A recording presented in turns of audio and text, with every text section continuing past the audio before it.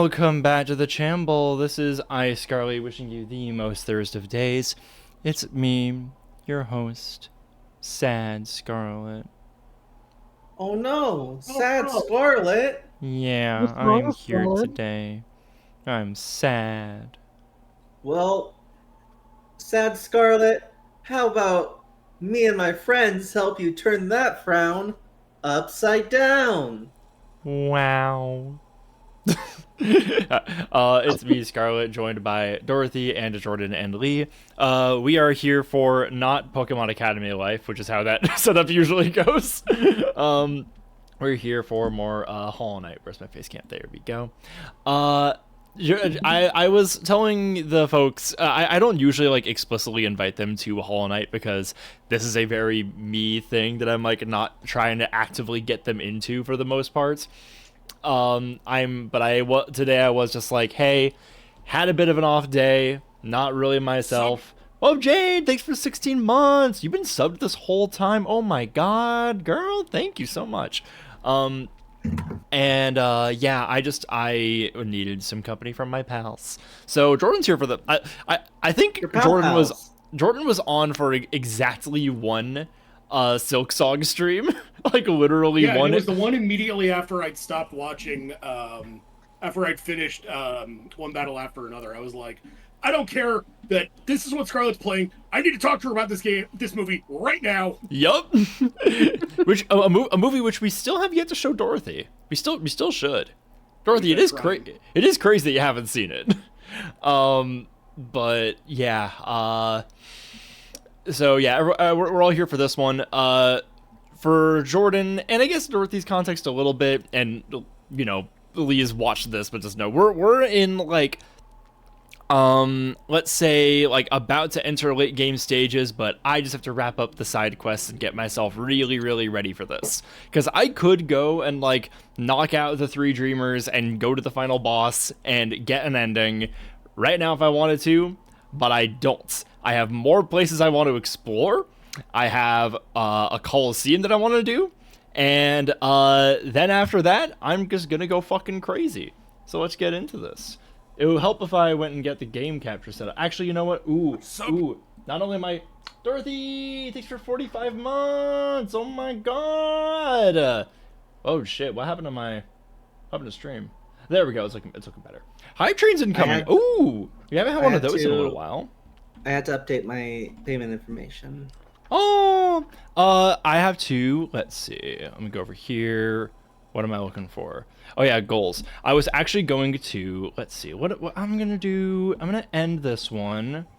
We're gonna do total sub points. Let's do sub points. I'm gonna say we're at 56 now. Let's shoot for an even 100. And I'm gonna do help me afford summer sale. Yeah, if you guys can get this up here, then I'll be doing a lot better when it comes to like being able to get all the games that I want to play for the rest of the year, including the shit that I want to review for the award season. We've been putting a lot of work into the award season this time, guys. We're really refining this process down. We have a really good slate set up, but I still have to like review some things and put some shit on stream. So if you guys can help me get there, that would be really great. I will say that my payouts for last month was like half of what it normally is. I haven't been like plugging like give me money and stuff lately because you guys were huge help with like the surgery and everything. But now it's like, oh shit, my normal expenses are back to being a thing. Oh no, normal things cost money too. Oh no!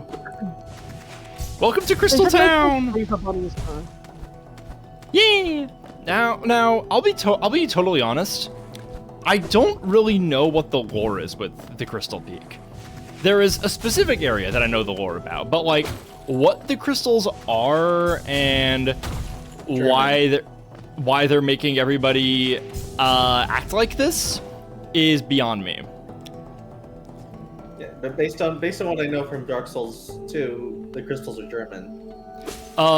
Well, in this case, they're pink. I think they're mining estrogen. Oh, they're Polish. I'm sorry. Well, thank you for killing the bit before I could go back to that old saw. Ah. What's this?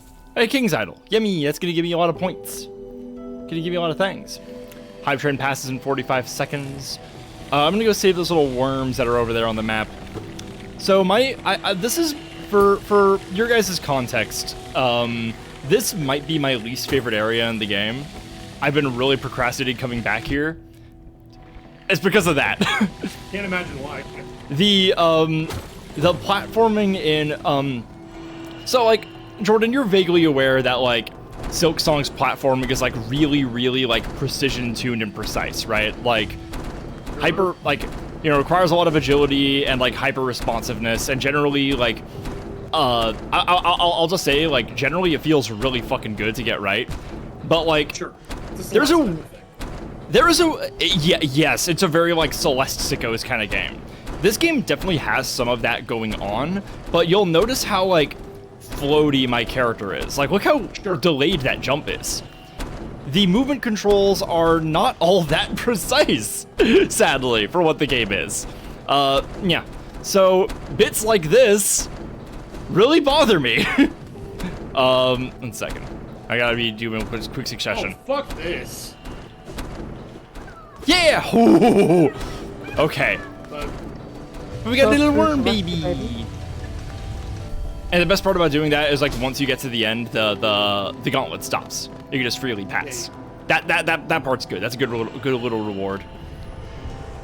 except for one of them. Can you guess which? Ah! Oh no! Could you imagine? Just a deliberate fuck you from the developers. Yeah.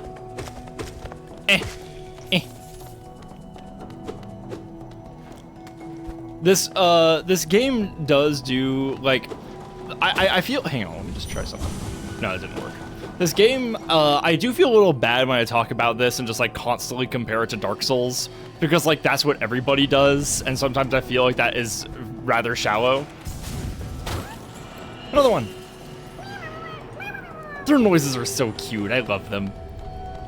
If you rescue all the little worm babies, you get a little prize. Wow.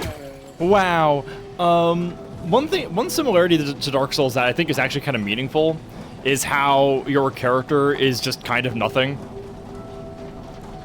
Like literally, you are just a little baby. You have like no autonomy or personality, like almost explicitly. Just some sort of thing. Just literally just some sort of thing with like barely any animating like intelligence or will to live. Which is like, it makes you a really great conduit for like absorbing what's going on in the world and like inserting yourself as the player within it. And just kind of like being like, yeah, like as a protagonist, you're not like, there's nothing inherently special about you. Yeah. This fucking guy. Enraged Guardian. Yeah, he shoots you with his piss lasers. They do double damage. Careful. Yeah, this guy made me fucking lose my mind when I first played. More like Rage Bait Guardian. Literally, there's like no opportunities to heal. Oh my god! Whoa! Well, that was fucking fast. Nice. I did some exploring off screen, and I got another mask shard, and I got the last pistol fragments. So, wow, nice, good stuff. Hey, Lee, no wriggling. It's not allowed. I'm sorry. Yeah, cut it out, please. I just wanted to wiggle because someone else, like if someone else could wiggle in their stead. I'm sorry. Jordan, not you too. I shouldn't have given in to peer pressure, Scarlet. Will you forgive me? I'll think about this. Scarlet will remember this. If I could figure out the... Dorothy, come on! Wah! Now, if only I could figure out the... If only I could figure out how to go around and get to the yellow rotting, pulsating mass over there. Oh, here we go. Nice. That wasn't even a bit. I didn't know where that was. I got a very valuable item. A rancid egg. I was gonna say that looks like eggs on the floor. Rancid egg is what they called me in college. Oh no. Because I was listening to a lot of Rancid at the time. I see. That's not even a joke. Yeah. Okay, now we can double jump and go over this way. Yay! Yeah. Yeah. Chat, how's the fit today? I went and did my makeup as bunny style as I could, but I wanted to do the red flip this time as well. Ooh, crystallized husk. Remains of a bug who died amongst the crystals. Animated by a strange force, it attacks by firing beams of light from its crystallized arms. Ooh, Crystal Guardian, we have a war on him too. Heavyset miner of the Crystal Peak, overcome by crystal growth, can discharge blazing beams of light from its crystallized limbs. How does the world look to this creature, gazing out from within its crystal prison? Does it see only light? Is that what drives it into a frenzy? What I like about the journal in Silksong over this, in this game, your journal is written by like the big hunter who gives it to you, just some bug who really loves killing things. In Silksong, it's written by Hornet, and all the text that you get there is very revealing about like who she is and what she thinks about. She wants to pet all of the fluffy bugs that she finds. And she really hates flies. Lokaror, hey! How you doing, buddy? Why do these bugs commit violence upon each other? They're infected with the orange madness. You may not think that because we're in a pink zone, but it is the orange madness. That's what it's called in the lore. How are you doing? Nice to see you in chat. And we've been mutuals for a little bit. I was wondering, It's nice to see you. Also love the Resident Evil little badge there. Means I know you've got good taste. Yeah. Viscarian says, you know how it is with orange jello? Yeah, we all know how it is with orange jello. Isn't that right, Dorothy and Jordan and Lee? What? Yeah. You know how it is with orange jello? Yeah, of course. No, I don't have orange. We don't jello. have that in England. I don't eat orange jello. Well, doesn't mean you don't know. Doesn't mean you don't know how it is with orange jello. I don't eat orange much of anything. What's wrong with orange things? What about carrots? Okay, well, carrots are colored orange. They don't taste like oranges. I think anything orange is gonna taste like a little bit orange. Yeah, I'm talking about the color orange, not the fruit orange. Well, orange jello tastes like oranges, doesn't it? But why is it orange? Thread locked. Hey, one other baby! Yay! Hello, Reddit. I have a question. Why are oranges orange? Oh, right. Thread locked after 100 pages of heated debate. It's such a funny post to me. Genuinely incomprehensible how that created so much discord between the poster and the mods. I won't lie, I immediately completely forgot the bit when the question, doesn't orange jello taste like oranges, got brought up, because I immediately started thinking of like, no, not really, like, unless you get good shit, it normally tastes like the vague suggestion of an orange. Oranges from the LaCroix dimension. Wokaror said questionable about the good taste thing. Well, give me an example of bad taste that you display, and I'll judge whether or not I agree or not. That's something that I like doing from time to time. Is like my friends will give me like their guilty pleasure media or like their problematic faves or something like that, and I'll be like, that isn't actually that bad. I just think you carry a lot of shame about the things you enjoy. Yeah, like Liz just sent me something kind of nasty. Should I read it? That depends on several factors. yeah. When you say kind of nasty from your girlfriend. If you thought it was fit to share on stream in the slightest, then I'm a little curious. Yeah, like if it doesn't break 2S, then like go for it. She says, "You eat at least one orange thing." Hashtag this box. Hey. Hey-yo. Nice. But like my recent. internet did not want me to hear that. You started speaking and my internet. Text it to Lee. Let's not try to risk it a second time. You don't need to say No, anything. no, that's fine. So, like a recent example, Send what me a screenshot. recent examples of what I'm talking about is Bambi will like we'll get together and do movie nights from time to time, and he says he has a really hard time judging if his taste is good or not because he likes Jupiter Ascending, and like I watched the movie with him, and I don't know if the movie is I don't know if I can comfortably call it good, but I was never bored. And not even like it was so bad it was funny. Like, there are some choices being made in it, for sure.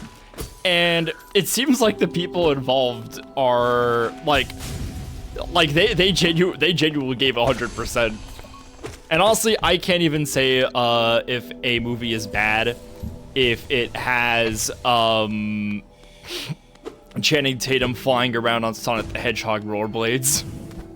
That shit rocks. That shit was so good. But even like How to Lose a Guy in 10 Days, he likes that movie, and I was like, I don't watch movies like this very much, but I can say it was fucking funny. It's a good ass movie. I saw that in theaters when I was like, I don't know, 13, and like I had to find enough time with it, but I've had no desire in the nearly 2/3 of my life since then to ever see it again. Mm-hmm. Which is like fair. I would never call it a bad movie. It's fine. Is that the one with Eddie Redmayne? No, Jupiter that's the Ascending one- is the one that's with Eddie the one- Redmayne. Oh. What? Jupiter Ascending is the one with Eddie Redmayne. That's what we were talking about a second ago. Yeah. That's what I was asking. I said How to Lose a Guy in 10 Days a minute ago. Oh. Girl. Well, it was like, no, that's the one with Matthew McConaughey and Kate Hudson. Woo. I know Matthew McConaughey. I know you know That Matt. was a stupid thing to say. Dorothy. I was waiting for you to do your 1 degree of separation from Matt McConaughey bit. It's not a bit. I went to church with him. There it is. Yeah, that's the one. So we are at the very. I think this is the very tippy top of the map. Hallowness's crown. I don't know what all these. I can guess what all these glowing guys mean. Like what all these glowing little things are. But if I do that, we're gonna be here all day. I think taste is also like if you like something bad and know it's bad, then that's different. Yeah. Yeah, I love camp. Like I love camp, but like I have a very low tolerance for stuff I think flat out sucks. Yeah, sure. I'm the same way. So bad it's good does not register to me. Like, Hey, Mars. To me, that shit is thoroughly unenjoyable. Like, Totally. I don't Yes, think there's exactly. anything about the movie Across the Universe. That is a bad fucking movie. I do not like that no. movie. Oh, I do not like that movie. That is an insult, is what that fucking is. Malignant, on the other hand, fucking rules. Malignant is awesome. Malignant fucking owns. I like parts of Across the Universe. You can like parts of it. That's fine. There were like 1 or 2 things in there that I thought they did just fine. But like when they look at the camera and go, "Bang me in the bathroom window," I wanted to shoot someone. I think there are a couple good Beatles cover song music videos in that movie, and the rest of it is like that barely functions as a film. I would argue that if that's all your movie has, then it doesn't have a lot to go on. Well, sure. There's one little part not, of the map yeah, here. That it's great. Like, congratulations, you didn't contribute nothing of value, but it's great when you watch it as like spliced apart music videos on YouTube. I was gonna say, yeah, I'm sure it's good for like a couple of YouTube clips, but like it doesn't serve its function otherwise. Yeah. But like But like the the Mortal Kombat movie from a few years ago. Still haven't seen the sequel. Not that interested in it, if I'm being honest. But I saw the first one. Went over to a friend's house, watched with a bunch of people. I was like, at the end of it, I'm like, oh, I love that. That was fucking stupid. And everyone's like, it wasn't stupid. I was like, okay. Like, that movie was fundamentally fucking stupid. That wasn't an insult to the movie. I enjoyed that part of it. I wouldn't like a Mortal Kombat movie if it wasn't stupid. I love things that are like dumb as hammers. Like that's awesome. Like I liked the first Resident Evil movie. It's really funny. That was when Spy Family really clicked for me. Was when it kind of hit me like, oh, they're all idiots. Got it. Yeah. I have a poster above my bed for the movie Death Machine, which I have said many times is one of my favorite movies. I cannot in good conscience say though that it is a good movie. Oh yeah, we've talked about Death Machine on this. We talked about Death Machine when I was like reviewing it with everyone in my like surgery recovery film festival, and it was in the context of when I watched Death Race 2000, another movie. Yes. That is awesome. It is so fucking dumb, but my god, it's hilarious. Death Machine I enjoy kind of in it's almost obnoxiously self-indulgent, but like that's very charming to me. Sure, yeah. It's stupid in a way I find fun because it's stupid in a way where it's like someone really wanted to do this. Yeah.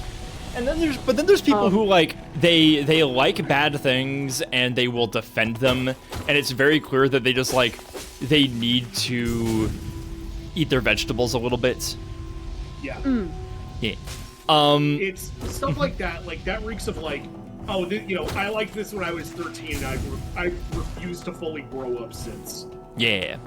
Like I don't know how much Io has I don't know how much Nico has like re-examined his love of Sucker Punch since we've become friends, but when these conversations come up, we're just like, sorry Nico, that one's not very good.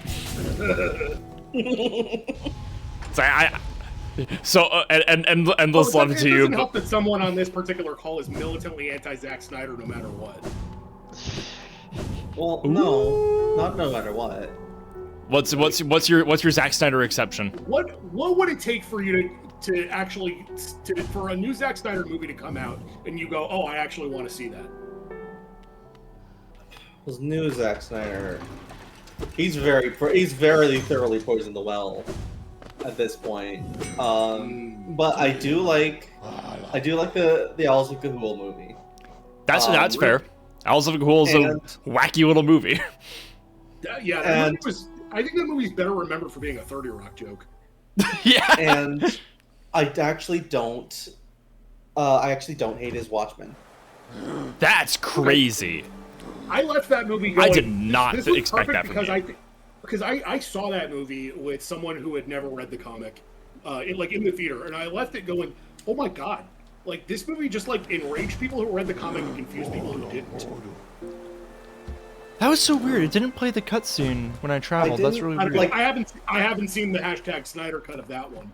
I've not been that interested in seeing it ever again since I saw it in the theater. Snyder's made like a couple of like he's made like 2 zombie movies, right? Like not just like his Dawn of the Dead movie, but like there's like a Netflix like yeah. I feel like the stupider the movie is. That one, right? Sorry. James Gunn wrote that one, I think. Yeah, that's right. I feel like the stupider which makes it really funny that people kept trying to like pit them against each other. Where they're like friends and have worked together. I know, it's hilarious. I feel like the dumber the Snyder movie, the better it is. Like when he's not trying to actually, capital S say something. Like yeah, they're better that way. Batman v Superman is a bad movie for many reasons, but one of which is that like Zack Snyder should not be making a movie about courtrooms. Like he will just like show his whole ass in doing so. He should be making movies about like zombies getting run over by ambulances and like tigers getting blown up by dynamite. That sounds awesome. It's like Michael Bay trying to do a message movie. Yes, literally. Yeah, I think Michael Bay and Zack Snyder are both filmmakers that would have thrived in like the mid to late 80s. Like if they worked in that era, they would have made some fucking masterpieces. Michael Bay kind of hit that era with like this, like, you know, came into it like the 90s. You get Armageddon, you get The Rock. You kind of get some of that, but like still amazing to me, and I say this as a compliment because I love that movie, that The Rock is in the Criterion Collection. I know, it's awesome. That movie fucking rules. Yeah, Michael Bay's got 2 movies in the Criterion Collection. I was actually thinking about Armageddon. I was thinking about when I was doing my like opening for my movie awards last year. I was thinking about just like listing off a bunch of like all-time like hallmarks of cinema and like some of my favorite movies, like There Will Be Blood, Sunset Boulevard, Akira, all movies that are not in the Criterion Collection somehow. I didn't really have a good. However, K-On! The movie can be watched on the Criterion channel right now. Hell yeah! I gotta just get a fucking Criterion channel sub. I don't know why I don't. Oh, I can go over here now. I didn't even remember this. I was like almost never actually watching it and just. Oh shit! Ooh, some kind of freaks over here. I found some kind of freak. I did watch Goodbye Lenin on it. I remember that. That's a great. Goodbye Lenin's a good movie. Good movie. Daniel Brühl's great. He is. You have come a long way. I wish he got more. I wish he got more stuff to do than like MCU shit. Mm-hmm. Just to die here at the edge of the world. No, do not speak. I have heard thousands and thousands of empty words from those like you. Your pride, your desires, your desperation. You will take these things with you once I strike you down. Raise your weapon then, and die like those who came before you. The ghosts are not always this severe. Ugh. But they always have some fuck-ass ability like this. He's gonna get 2 shield, isn't he? I bet that thing does damage to me. Okay, it's not Zack Snyder that you have a closed mind about, Dorothy. It's M. Night Shyamalan, which is a pretty. I do have a closed mind about M. Night Shyamalan. That's true. Yeah. Yeah. Well, I think The Sixth Sense is good. I haven't seen The Sixth Sense. The hilarious thing about Shyamalan is, like, we watched Unbreakable, and I was like, that was good, but, like, you know, it wasn't, like, my favorite thing. Then I watched Trap, and I was like, this is, like, one of my favorite movies now. Trap is awesome. That's another one of those things where it's, like, it's just so stupid that it wraps back around to being a masterpiece.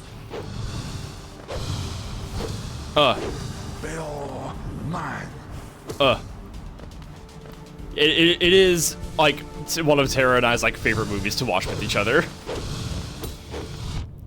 It is just 2 hours of, Ted Bundy girl dad Looney Tunes. Sorry, what? Oh, hang on. Never have I been defeated in combat. I can see myself there, still sleeping. How long have I been hidden here? Here at the edge of the world, no one could find me, except you. Warriors, knights, kings, even time itself, they have no power over me. Only you. You are the darkness, come to consume me. I love that he's saying all this shit and the knight's just sitting there like, do you have games on your phone? All knights just sat there like, I'm 12 years old. I'm 2 years old! I was born yesterday.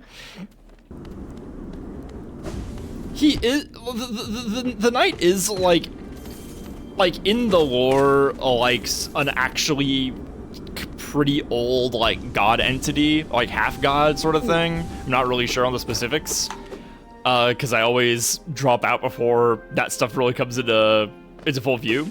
But they are functionally just like nobody. So like, oh yeah, the cubes in this area, these guys are some real bastards. I've come all this way to pay the warrior's fee to get the last nail art, a combat ability that I never fucking use. Here we go. Bench. Remember, Chad, every time we sit on a bench, you gotta say bench. Every time. I think Signs still is the best jump scare ever. I want to watch Signs.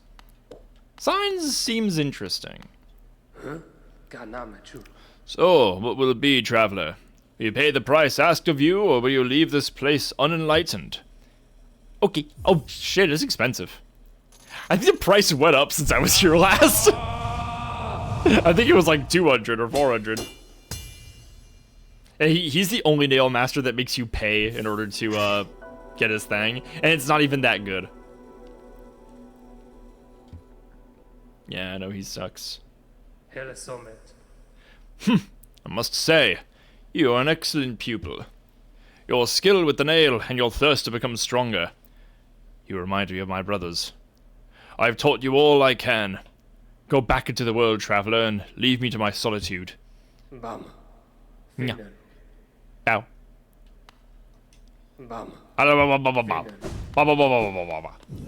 Okay, after this, then yeah, it's just skitty boobity bobbity boobity boobity boobity boobity boo. Then we go to the Coliseum. Signs is definitely worth a watch. It's been on my list for a minute. The thing about me is that like it's easy to get me to watch like any movie. Like I will be open to just about anything. The one exception is if you're trying to get me into like a series of movies, like trying to get me to watch like a whole franchise, like a bunch of sequels, I'm probably not going to say yes. I don't really have a lot of room for like just getting into a bunch of franchises. Like I tried to like get started watching the Mission Impossible movies this year, and I made it to 2, and I was like, I'm just gonna take my time on this, and I haven't watched one since. Partially because that one was just really bad. Mission Impossible 1 was quite good. That was the one that made me excited about like, ooh, yeah, I'm gonna watch a bunch of good movies, and then I was like, oh, never mind. It's like someone in my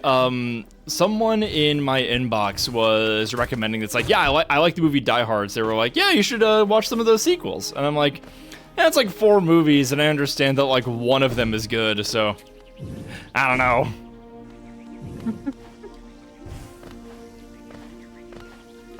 Yeah. I had someone. There's like someone I was thinking about recently where it just like I noticed within myself where I was like, oh wait, no, I feel the way that like Dot does about Shyamalan, where it's just like, oh, like I just don't respect you as a creator. I forget who it was. There are plenty of people within games that I feel that way about. Yeah. Extremely easy pick, David Cage. I wasn't gonna say it. Like, No, definitely David Cage. I will only play one of David Cage's games as a bit. Like, the only way you can get me to do one of those is if it's going to be funny or if it's going to be for a good cause. Yeah, I've only played the prologue of Heavy Rain, and I decided that was enough for that man's entire OVU. The Cage games just kind of have this like very inescapable miasma of Hey, Ogre. Cage has contempt for the medium he has to work in. Yeah! Because he can't make Yes. movies like he clearly wants to. Totally. Yeah, and Which funny is enough, very he's not funny, smart or but, like- talented enough to make either. Oh yeah, no. Yup. But like, that's the thing. He desperately wants to be making movies, but they would still be fuck awful because he's a hack. I have like seen most of the prologue of Heavy Rain, and just like sad piano music while my son dies is just like, okay, come on. Just increasingly arcane button and stick movements to do basic tasks around your So house. to open the fridge and pick up the orange juice and drink from the orange juice Oh, and it's put the so orange juice immersive. back No, and then it's- close the fridge. It's immersive, no, it's a chore. Nothing was funnier to me than like watching someone play through Fahrenheit, Indigo Prophecy, whichever fucking name it's got at the moment, and like just sitting there like, David Cage like went on a Wikipedia deep dive for like random occult conspiracy shit, and then tried to make a game out of what he half understood. Yeah, but here's the thing. That also describes Kotaro Uchikoshi, who made the Zero Escape games and co-created the 100 line and the Somnium Files. That's all he does, and he fucking rocks at it because the guy knows how to make fucking video games. Well, yeah, that's the thing. Like, I would not have cared if David Cage had made a game that was not even like amazing, but like, you know, something that looks enjoyable, a story that's like vaguely fun to care about, which he fails at every turn. Little fool. Aha! Another warrior finds their way to our fair Colosseum. Ours is the final destination for all seeking trials of intense and deadly combat. All one has to do is place their mark upon the trial board of choice, and lo, the arena's gate will open. Small fee attached to each trial, but I'm sure you skilled combatants yourself will accrue a wealth of geo. Now, before you draw your nail and rush eagerly to battle, I'll offer one quick word of advice. There's a warrior's pit just below here where others like yourself await their own trials. I strongly advise using it to rest at before placing your mark. Oh, and I have no doubt I'm a fearsome warrior myself. Don't go judging me by my size, or my current, constraint. The Colosseum beckons us both. I'll be back in battle soon. Make a contribution, and you can enter the Trial of the Warrior. Okay. Like, the second the Somnium Files games actually invokes the Mandela effect, like, as a plot point, and which, for the record, I think it's, like, one of the 20 dumbest fucking things the internet's ever shat out. And it's still a compelling narrative, because Uchikoshi knows how to write video games. Yeah. Ooh.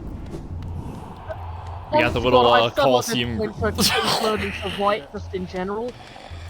Who is this fucking guy? He's back. What do you want, cur? Have you come to laugh at me as well? Fools! Did you never consider that being trapped in this cage was precisely what I intended? Yes, by all means, release me into your arena. I am Zote the Mighty, and as soon as I draw my nail, Laughender, your laughter will turn into terror. Let's see what he's thinking about. How miserable to be stuck here instead of continuing my quest.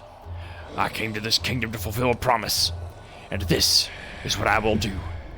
Ooh, he's actually thinking about stuff. They're all so sleepy. Alright. Colosseum. Go to my charms. Here, let's see. What are we gonna do for this one? Let's do Mark of Pride. Maybe not Spell Twister. Soul Catcher would be good.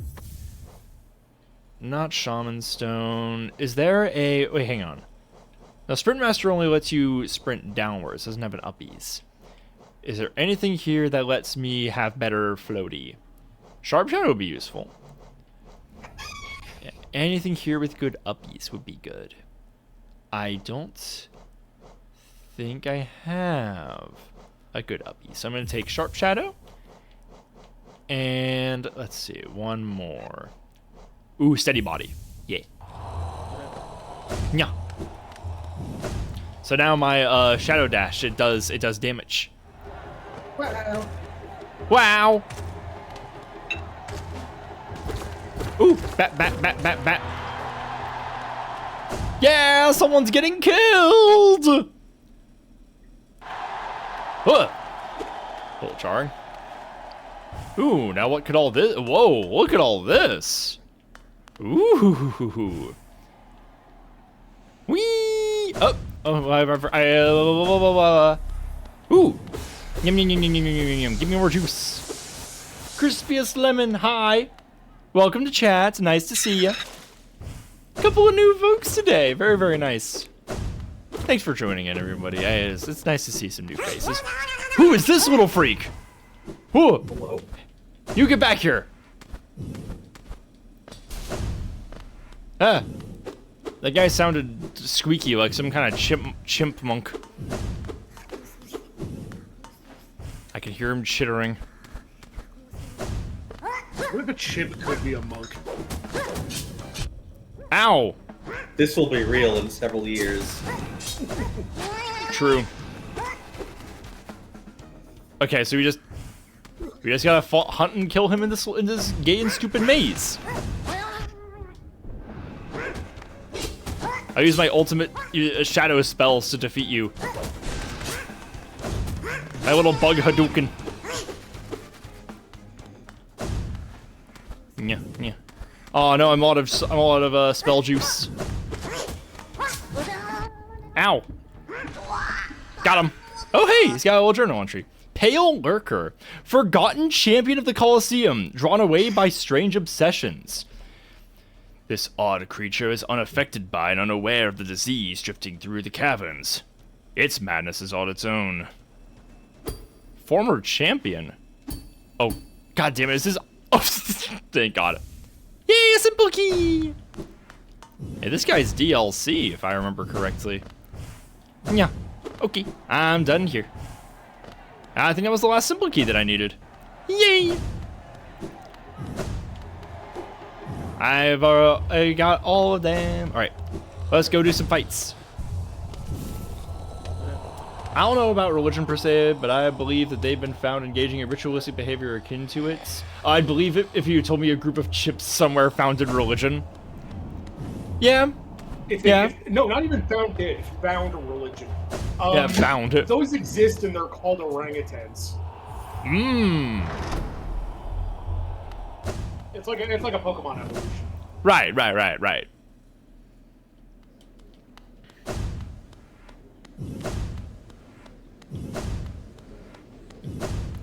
Alright, here we go. We might be here for a little while, everybody. Oh, fuck me. I love these little gladiator bugs.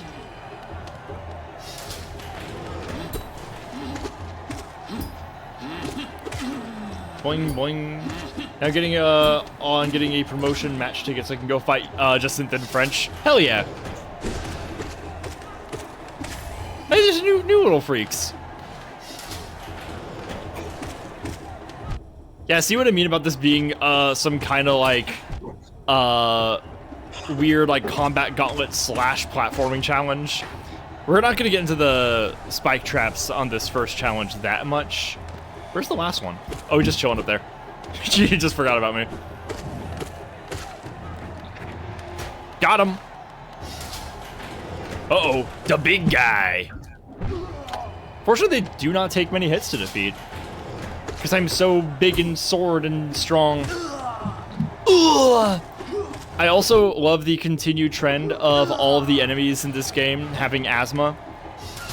They always like pathetically wheeze when they die. Okay, these aren't even like other champions. These are just like the weird little birds you found outside. There we go, now we got spike traps. Ow. Boing. Ow. Ah, fuck. After the Colosseum and we upgrade the nail, I'm gonna go deal with the bees. Come on. Yeah. Come down here. Idiot. Ow. Oh no, it appears that I was the fool this time. Let me get my juice. Bing. Bong. Bing. Hey, bitch. Hey, bitch. Hey, bitch.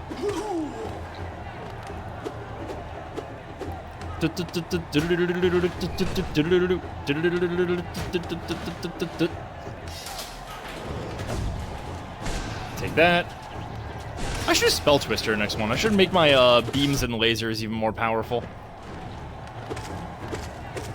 Yeah. So back on. Oh, hang on. What are some other like games that you like that you know kind of suck secretly? Like I'm things sorry, that you, what? games that you like that you are fully aware of kind of suck. Persona 4. Like the thing about Persona 4 is that like, okay, I know I keep saying that like the script is really bad and like handles things really poorly, but like Persona 4 technically hits my metric for like things being bad but still liking them, which is they have to suck in a way that's interesting. Fair. Like, the ways in which Persona 4 is bad give us a lot to talk about. There's a lot you can dissect about that game. You know what? And I think, like, you know, narratively and in terms of, like, some of the day-to-day writing, you know, the minor story beats, it kind of applies what I've said about the comedy in that game as well. They take big swings, but that also means that they miss just as hard. Yup. Aw, man, I lost the first And one. I can appreciate that Hashino and Co. like actually tried something, even if, you know, they accidentally got wrong or potentially even harmful messages across. Mm-hmm. For sure. Vesperian is a really good one in chat, which I know Dorothy is going to agree with. Pokemon Coliseum. So, I just think that game's bad. something I didn't realize about Pokemon Coliseum until like years later is that I didn't realize how weirdly it was balanced. It's really badly balanced. It's a Pokemon it's like trying to be the Pokemon equivalent of like a D&D campaign starting at like 5th level, but it just doesn't really work. There's a game I like playing that has some things that kind of suck. I don't know if it sucks as a whole. Also don't know if anyone here will have heard of it. Yeah, give us a shot. Well, I was also going to say the Tasmanian Tiger games. Yeah, like, the thing about Tai, even Sacred, a fantasy game from 2004. I do not know that one. So, I do not know it. you got our asses. The thing about Tai the Tasmanian Tiger 1 is that, like, it, as a 3D platformer, it works. And, like, that's, you know, basically all it's got. It's just, like, you know, pretty solid game design. But it has a very unique identity nonetheless. And there's just something really funny about the fact that it exists. Like, it exists to be, like, this, like, aggressively Australian thing. Yeah, and they lean into that really hard in the sequel, and then they fuck it all up in the third one. I remember, I think the moment I first got, like, on board with the Tai games was very early on. It was the moment that, like, there was, like, pretty good music playing in, like, the first level. I was like, yeah, no, I kind of like this main theme. And then out of nowhere, the didgeridoo comes in. It's literally just like, it's didgeridoo time. This is the section. And I was like, okay, cool. I'm all in. Like, the thing about Dark Souls 2 for me is that, like, it is such a beautiful game. It has, like, such excellent, like, atmosphere and, like, narrative going on. I really, really love it. But, like, the things about Dark Souls 2 that are bad are things that are very excusable. Like, you can understand why they would do some things like, well, like, the existence of adaptability is pretty stupid. Like, we can't really justify that. The new, like, leveling system. The, new, like, approach to encounter design, where they just make dog pit after dog pit. Some of the weird way that Hollowing is handled in that game. These are all, like, design choices that you can understand by, like, this is not the team that made the original, and they didn't fully understand, like, the way, like, what they should have changed or not. And a lot of the things that they did change are things that, like, have really interesting narrative utility. But like, all in all, the things that are bad about Dark Souls 2 aren't exactly, like, aren't always tied into what make the game interesting. It's not like it has, like, it made, some swings and some of them hit and some of them missed. They made a lot of swings and a lot of them missed. Yeah. Alright, it stepped away for a sec. My Persona 30th anniversary hoodie that I pre-ordered months ago finally came out. Oh, yay! Nice. There's a couple of Pokemon fan games I like that are good but also suck tremendous ass. Well, I mean, they're fan games. There's a fan game we like that's really good. Yeah. And Pal's pacing is kind of abysmal sometimes. They're They're trying to do so much. I wonder if they recognized how ambitious the project has really turned into. But despite all of that, I think it's great. I think it's still pretty good. Except for the Calum stuff. The Calum stuff is miserable. It's horrible. Terrible stuff. Again, like we said about Persona 4, it's abysmal, like, in an interesting way. It's fascinating, but, like, I felt like I was in the dog pit.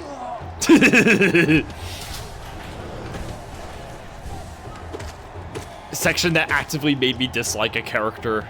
I didn't think that the game... Oh, shit. Forgot about this. Didn't think the game would be bold enough. Can you give us some examples, Biscarian? The Hateful Boyfriend games is also this for me. They're fun visual novels in a lot of ways, but there are some rough elements. I see. Yeah. Well, the biggest example of us for like a game that's like... Honestly, this game's flaws often come from it being a little bit too polished, honestly, which is Split Fiction. Like, I feel like... Oh, it's these! Oh, you fight two of them! Well, I feel like the biggest flaw of Split Fiction is that the script is dog shit. And like, I think... Yeah, it's like the writing is just like really kind of generic and kind of annoying. But it is written in a way that's like clearly meant to be... Oh! Ooh!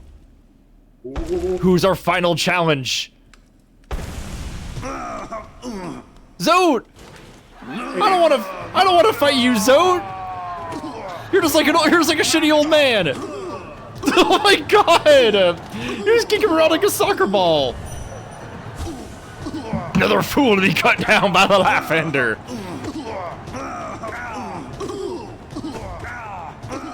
This feels so mean. Blip.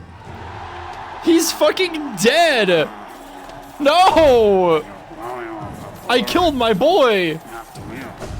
Oh no, he's alive still. Hey, another charm notch! Oh shit, I didn't even realize you could get that. What's he thinking about now? Go on, Kerr! Scurry away, lest I humiliate you further! He still thinks he's got it, that's so funny. Zote rocks. Jackal, welcome to chat. If you let him hit you, he literally does 0 damage. Oh, that's hilarious. Jordan, that character, Zote, you repeatedly run into him throughout the world being, like, attacked by monsters or, like, trapped in a spider web. And, he's always talking about, like, he's gonna go on some, like, big quest and be all big and awesome. And then, yeah, no, we finally fight him. A self-proclaimed knight of no renown wields a nail he carved from shellwood named a Life-Ender. Some rare creatures are so weak, so helpless, so inept, and so irritating that hunting them gives no pleasure. Oh, that's so mean. That is so sad. Spell Twister. All 9 charm notches. Yeah, I know, Zote rocks. He's so fucking funny. So, it's funny, the way you just described Split Fiction also very much applies to a game I finally finished after, God, damn near 3.5 years today. Wow. That being Fire Emblem Engage. Ooh! Which took a few of the wrong lessons from Three Houses, by which I mean there's way too goddamn much to do in between battles. And, you know, and it's all optional, but, like, there is so much potential customization to do in there, and the writing is so... The story is unbelievably bare bones, just straight up, like, you know, shonen chosen hero fighting off the Demon King, blah, blah, fucking blah. And, like... I think it was conceived as a Fire Emblem 25th anniversary game that just didn't end up happening because of COVID.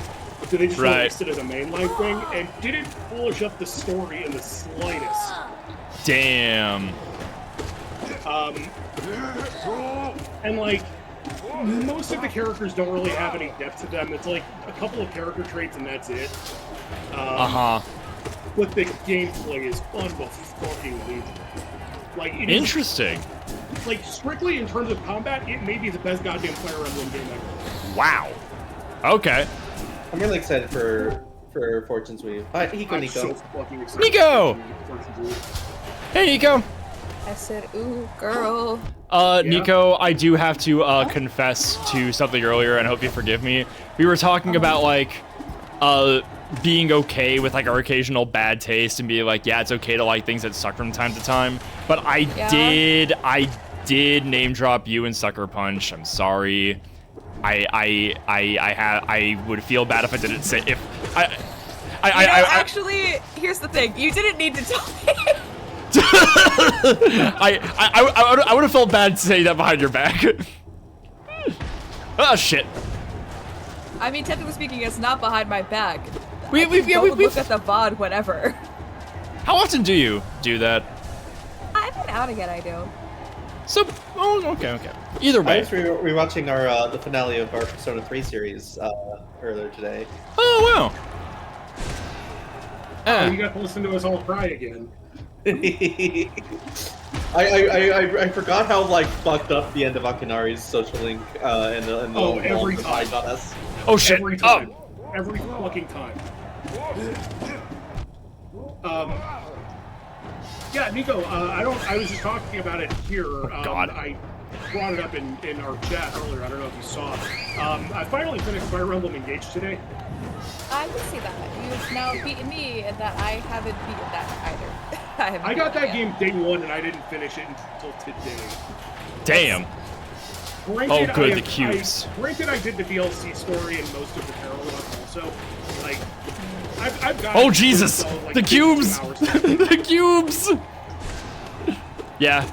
That how many? Oh yeah, how many hours was what's the hour count for beating Fire Emblem Engage, Jordan? For me, it was like 52 hours. Okay. You actually get an in-game achievement for playing it for 48 hours. Oh wow. Really? Yeah. What's the achievement called? I don't think there's a name for it. The achievements in that game are just kind of like, we're going to give you a special currency for certain things. Oh, okay. I wish I had a name. Fine. It could have been a reference to the movie 48 Hours. It could have been a Oh, worm reference to baby! 1960. Worm baby! Oh my god, I saved one! Yay! No! How dare you! Ah! Fake worm baby. Fake worm baby! It's one of the meanest things they do in this game. You mean beyond Nosk? Nosk isn't that mean. Nosk is just like normal scary. That one's like I fucking hate that guy. Nosk is like a well-built, considered like moment of body horror. Things like the fake baby are like pulling the rug out from under you and like you thought it was something cute, but it was actually something scary. That's mean. Yeah. But we're talking about things that we like that also just kind of suck, and we are fully aware that they suck. Dragon Age Inquisition. You know, Dragon Age Inquisition Dragon Age does 2. kind of suck. Dragon Age 2 also kind of sucks. I think Oh, Dragon Age Dragon kind of Age sucks. The awful thing is that Dragon Age the Veilguard. yeah, that's why I said Dragon Age Veilguard. Yeah. Some parts of Dragon Age are so good, but a good portion of it just kind of sucks. Yeah, like they're very like the inconsistency of Dragon Age is so fascinating to me for many things. We were talking about this on Thai a couple weeks ago. No, I think like last week, where it was just like least favorite mechanics in like games that we love, and like we were talking about the Renegade Paragon system, how like the inconsistency of that system really brings into sharp relief how like the like advantages and disadvantages of like Dragon Age having like no set protagonist versus Mass Effect. And like the great thing about Dragon Age, like changing protagonists and shifting up the setting every time, is that it allows the world to feel larger than just like one group of heroes and everything that they do. It does, however, mean that they're kind of reinventing themselves every time. And Yes. each one has like different problems. Like, Dragon Age the Veilguard is probably the most similar to Dragon Age 2 out of the whole game series. And it is bad in completely different ways than Dragon Age 2 is bad. Correct. That's a great example, actually. And honestly, Inquisition's probably the most similar to Origins, but it is also bad in completely different ways that Origins is bad. I think Origins is pretty good. Origins is pretty great. Everything that's bad about it is mostly just like, it's kind of old. It just kind of looks, it just doesn't look very good. But that's pretty superficial. Yeah. Otherwise, other than that, like, perfect game. And the Fade section's a little rough. Yeah. Everyone has like a level or a character in Origins that they really hate. People like hate the Mage Tower or the Fade, or they hate Oghren. I haven't met anyone who doesn't hate Oghren, but I've met people who don't mind the Fade. I like Oghren. Really? And Okay. It kind of sucks. Who? Okay. Yeah. What is going on with the capture? Yeah, this Holy is hell. fucked. Here, let me. my. Sand art. I'm sorry. Let me restart. Let me restart for you guys. Olgor says, I find it interesting. Games in general have kind of dropped a lot of the morality systems. Yeah, cause oh, big guys. Ooh, look at these dudes. Yeah, games kind of shifted away from like having a bespoke morality system, and more towards like, if they do something like that at all, it's usually like a reputation system, or just like having your choices in general affect things. Oh god, this Without necessarily assigning like a morality points to it. Yeah, we were talking about this with regards to Renegade Paragon and Fallout the Karma. Oh, damn it, the Fallout Karma system, where like it became more and more dated as the series went on, and by the time it's implemented in New Vegas, it's very clear that like it just doesn't fit the Black Isle Obsidian style very well. And you know what has like kind of much more universally taken its place is like approval systems, where like characters like liking your choices or whatnot. That's made its way into fucking Fallout and Baldur's Gate 3. Yeah, I'm of two minds of that kind of system as well. Because it kind of inherently encourages like buttering your companions up. Yeah, it's like That if is you also in Mass Effect and Dragon Age. It is not Yep. in Mass Effect. Is it not? I might be thinking of I how don't think it was. Goes It was not. Yeah. in terms of like siding with people, but I know it's in Dragon Age. It's in Dragon Age from the very beginning. Dragon Age 2 does it in a cool way where like they rate friendship and rivalry, which I kind of wish more games would do. Conflict in the main cast is awesome, but like a lot of games nowadays, like they encourage being a bit of a people pleaser, and that's not great. That's really bad for me personally. Like, gives me a lot of anxiety. Yeah. Because, like, I will say I am excited for playing Baldur's Gate 3 in a way that, like, I know will piss a lot of my companions off. I prefer it when, like, it's not possible to please everyone. Yeah! You do have to, on some level, pick sides and then choose who you actually want to prioritize. Yeah. Like, a lot of people playing Dragon Age 2 probably gonna end up pissing off Fenris. And Sebastian. It is so funny that Sebastian, a character in Dragon Age 2, DLC character. He's like that's why I never had him. He's the Chantry boy.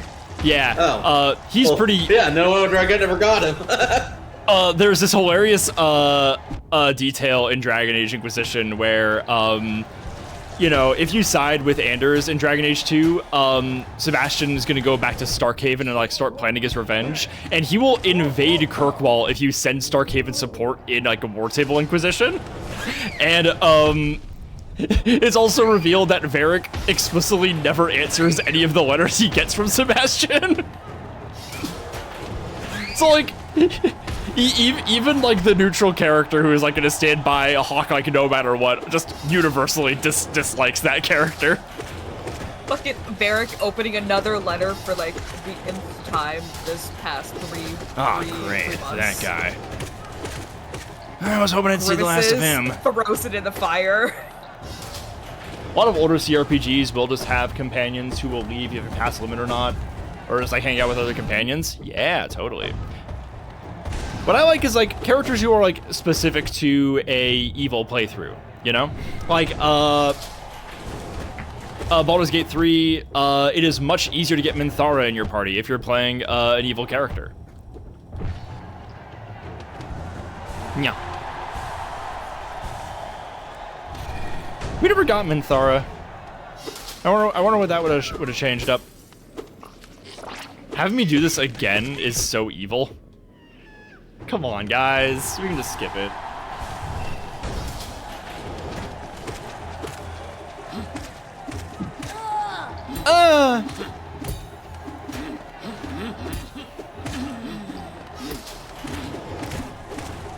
I'm trying to think of other games that I've played where it's just like, yeah, no, this just didn't really work, but I still think about it a lot.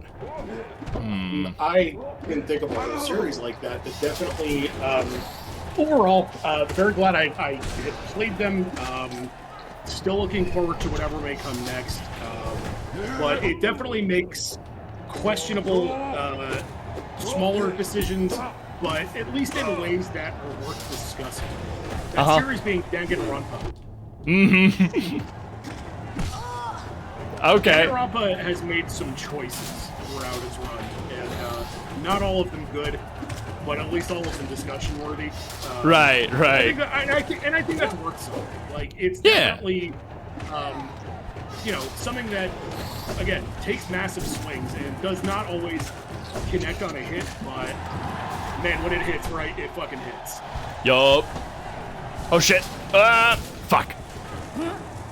I couldn't recover in time.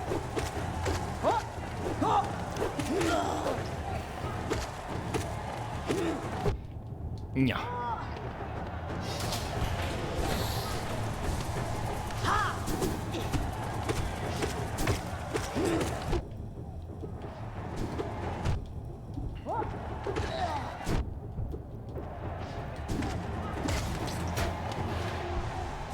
I'm trying to think if there's like a specific, like, I will say, even though I haven't like fully like sat down and played all of these like Resident Evil games, I am always so interested in the ways that they fuck up. Like, not always tonally, because like sometimes tonally messing up means making something like Resident Evil 5, and that just makes me mad. But like, the ways in which the games were like trying and failing to experiment within the format, and just making all of these really weird balancing changes is in some ways kind of hilarious. Like the fact that Resident Evil 0 doesn't have an item box, but it has a system where both characters can drop their items on the ground, just pass it between each other, is crazy. It also has the singing anime slug wizard, who will remain in my heart until the end of my days. That guy rocks. I fucking love that dude. And I like ranted like a madwoman about fucking Code Veronica during that TIE stream, because the ways in which Code Veronica is bad isn't just about the villains. It's just the fact that it's just a really weirdly misguided game in so many other ways. Yeah. 6 is a perfect example of that. Yeah, 6 is really interesting to talk about. Resident Evil 6 is like a horrible, like abortion of a game, but like the ways in which it is bad are like so perfect at like encapsulating what AAA was like in the 2010s, and even further, it was like why Capcom like went into such like a weird hibernation for a long time. It was just like, okay, you know what, we've had enough. Yeah, Paylor, let's go! Okay, I can now get the strongest weapon in the game. I am going to go out of my way to do that before I go to the final challenge. Hell yeah! I thought I'd have to do the very last one. Yes, Local Roar, very fascinating what happened with Resident Evil 6. We don't talk Like, about Resident Evil 6. Playing or Resident Evil 5. Playing Resident Evil 6 is just like, can you spot what like AAA success Resident Evil is copying this time? Like, why does a Resident Evil game have like a Skyrim dungeon of all things? It has a dungeon that literally looks exactly like one of like exactly like one of the dungeons in Skyrim.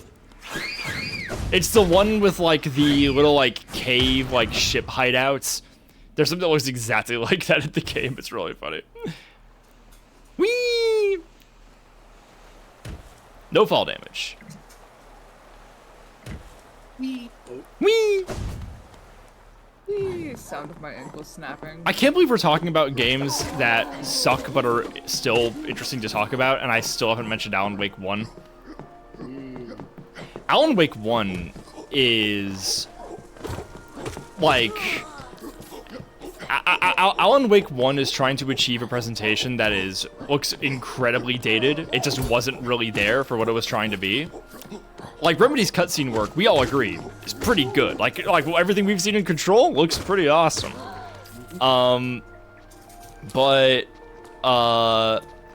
Yeah, like you have really weird plastic-looking cutscenes, encounter design that is full of fucking dog pits, a combat system that is very janky and sometimes just straight up bad. But like, once you finish the game and think back on everything, it was like, oh, you know, that was kind of cooking. That was kind of interesting. It was like when we got to the DLC, it was like, okay, I can just see a good game here. Like, this just rocks. Oh, stretchy time. What? Oh. Nice. This song is good. This song is very good. You know, I'll admit, everybody, finishing Silksong and then starting up this game, and like, you know, doing that after the awards and everything, I started feeling really bad that we didn't nominate Silksong for best score. I was like, oh fuck, this is all so good. I understand why we did it. I'm happy with what we did do, and Silksong got enough juice at our show. But I was just like, fuck. Christopher Larkin, one of the best who ever did it. What were you saying, Nico? I said juice. I'm saying juice. Oh, okay. Because I'm an idiot. You're saying, I sound like you're saying juice.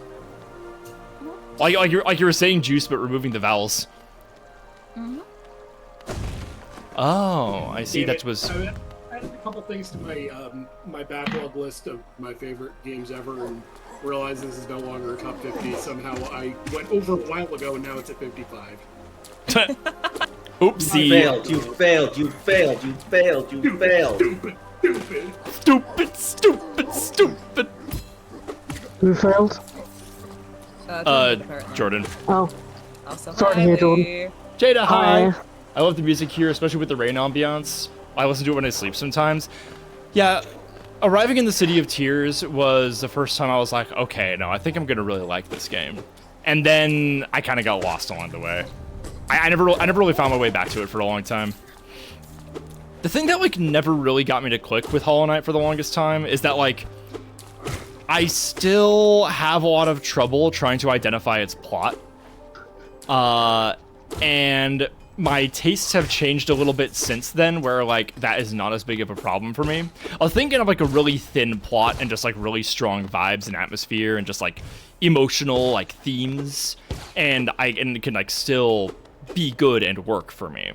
And this is definitely one of those cases. Hey, big guy. You've returned. I see you have some pale ore. A rare fine metal, that. Give me the ore and some geo for my efforts, and I'll reforge your nail to make it stronger. 4,000! Fuck! Shit! You broke as shit, boy. I'll show him broke as shit. Ow! I don't know what. Sorry? I don't know what's going on with my internet right now, but if I had a penny for every pixel that was visible on the Discord stream, I might just barely have 50 pence. I was having some I think it capture. just fixed itself. I was having some It- capture issues earlier. I was that might not Looks be you. terrific now. Oh yeah, no, we're fine now. That's interesting. Weird. No, I think it's my internet because it's coming and going. If it No, looks no, normal. no, No, Lee, it's not my Lee, internet. Lee. They're It's not your internet. they're having problems too. It's not just you. We're telling you it looked like shit for everyone for No, a no, minute. no. You saying that it looks fine now? I was Oh, saying it still that looks on like my it end, still looks it's like bad for you. yeah. On my end, it'll be like Yeah. good for a couple seconds, and then it'll be really pixely again, which is why I think even if Discord is doing something weird, my internet is also doing something weird. Uh-huh. What's that? A Wanderer's Journal? I have so many of these now. Once I get around to deciphering them all, I'll be the preeminent scholar on Hallownest's Stand. Velmi Ardred. Israel archivist. Velmi Ardred. A Wanderer's Journal? It's quite incredible how many of these you've collected. You must have traveled the breadth of the kingdom to accrue such a haul. Velmi Ardred. These things, he fucking hates these for some reason. War's son? Gian. Another Hallownest seal. Pass it over then. Velmi Ardred. Oh, Stop giving me your garbage. You're a talented collector, alright. Best I've met. If you keep at it, I'll run out of space in the shop. Velmi Ardred. Oh, Paul. Let's see. And King's Idols. He's interested in these. Velmi Ardred. The King's Idol, eh? Hallownest's king was an elusive figure, deified by the citizens. With the king rarely seen, worship was offered through these idols. There's an expert craft to them. Few alive could match this skill. Velmi Ardred. War's son? A king's idol? If you look closely, each of these idols is subtly different. There are fine engravings about them that take some time to decipher. I suspect each was tailored to the owner, a personalized symbol of the king's omnipotence. Velmi Ardred. And then one more. I got a lot of fucking money. Kachael. Liasoki. Another king's idol? Have you visited the remnants of his palace? It's down below this city in the bedrock of the kingdom. Must have been an impressive sight in its time. Now there's nothing left. It's a strange thing, though. There are no signs of conflict around the area. It's as though the whole place just vanished. Helmadelka. We have been down to the palace, and we've even seen the king's corpse. It's really funny. The Pale King, like, I think his body is like down there, and he has this little like dream version of the palace, and it's like in its former glory, that like there, but you have to like crack the body open and get inside. So you have to enter the king's palace by entering his mind palace. Awesome. What if I entered your mind palace? Then we'd be hanging out in my mind palace. Yay, yay, yay. Yay, yay. Mars, I don't know if you're still in chat, but it's like that gif you posted of, now we are hanging out, yay, of the girl just like dancing around. Now we are hanging out. If you were in my mind palace, you would discover very quickly it's not a palace, but instead a very nice little cottage. Oh, it And sounds then I'd make you nice. soup. Yay. Mine's There's a plenty of- haunted house. Oh, no. Ranjo Stenja. Alright. Pale War strengthened the... Successfully whittled this list down to 50 games. Jonsha. As you wish. I'll get to work then. Wham! Wham! Bam! Me when I'd be whamming on my nail? Gardel Akari. It is done. Okay, no one wants to hear about it or see it. Got it. I was gonna ask when I was done with wait, the wait, dialogue, wait. Jordan. I would have seen Jor- it. The fuck? Let me finish. No, I prefer to be passive aggressive and shitty to the point where you all get angry at me. Jesus, instead. Jordan, I was gonna finish the dialogue and ask you, asshole. It's done. The reforging is done. Your nail is much stronger than it used to be. As strong as it could ever be. In only your weapon have I seen such potential. Finally, I behold the majesty of a pure nail. To think this moment has come upon me so soon. I must step outside a moment. Scuttle, scuttle, scuttle, scuttle, scuttle, scuttle, scuttle. Skitter. A stuttler. Ranjo Stenja. With a pure nail forged, my work in this lifetime comes to an end. My only remaining desire is to see and feel the nail strike true. I beg you, cut me down. As my final moment in life, I want to taste the blade's exquisite edge. After all this time, all this toil, haven't I earned it? Let me see what he's thinking about. Oh, you can't read his thoughts. That's crazy. Yeah, so we're not going to do that. He's wearing a Magneto helmet. Oh, shit!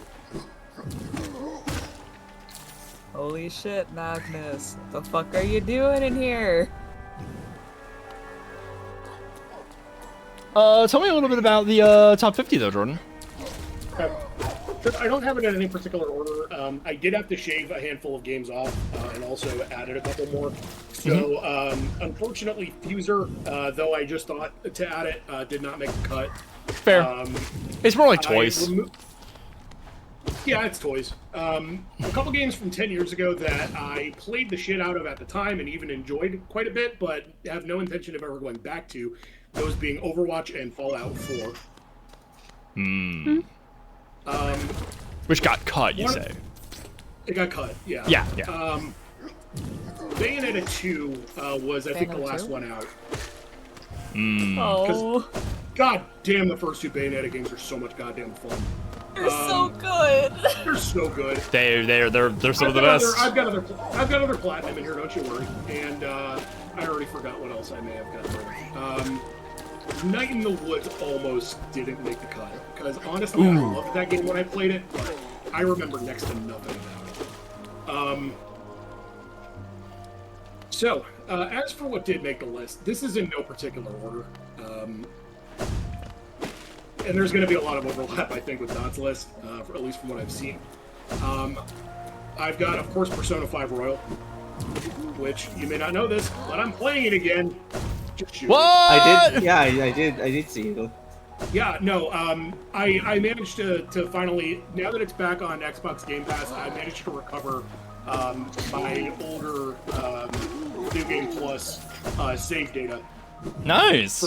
From two prior playthroughs of nearly 180 hours, and transfer that to my Steam version, so now I can play that on my Lenovo Legion. Yay! Yay. Nier Automata, which, I don't know if you know this, but I really like that game. Wow, Yeah, crazy. I can tell. Crazy. Undertale, Wow. Yeah, Pokemon Gold. excellent game. Gold, you say? Nice. Yes. If I had to pick a personal favorite Pokemon game, it's going to be that one. Something about Gen for 2. Red, Blue, and Yellow, but Gen 2 was like, I think that was the first time I really sunk like a meaty amount of time into a Pokemon game. And certainly not the last. Batman Arkham City. Yup. Fire Emblem Three Houses. I don't know if you know this, but I really like that game.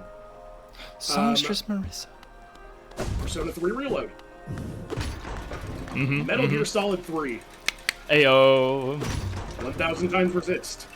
Yup. Of course. A favorite of this channel. Katamari Damacy. Awesome. Great Wario pick. Land 4. Ooh, wow. God damn that I love the Wario Land games.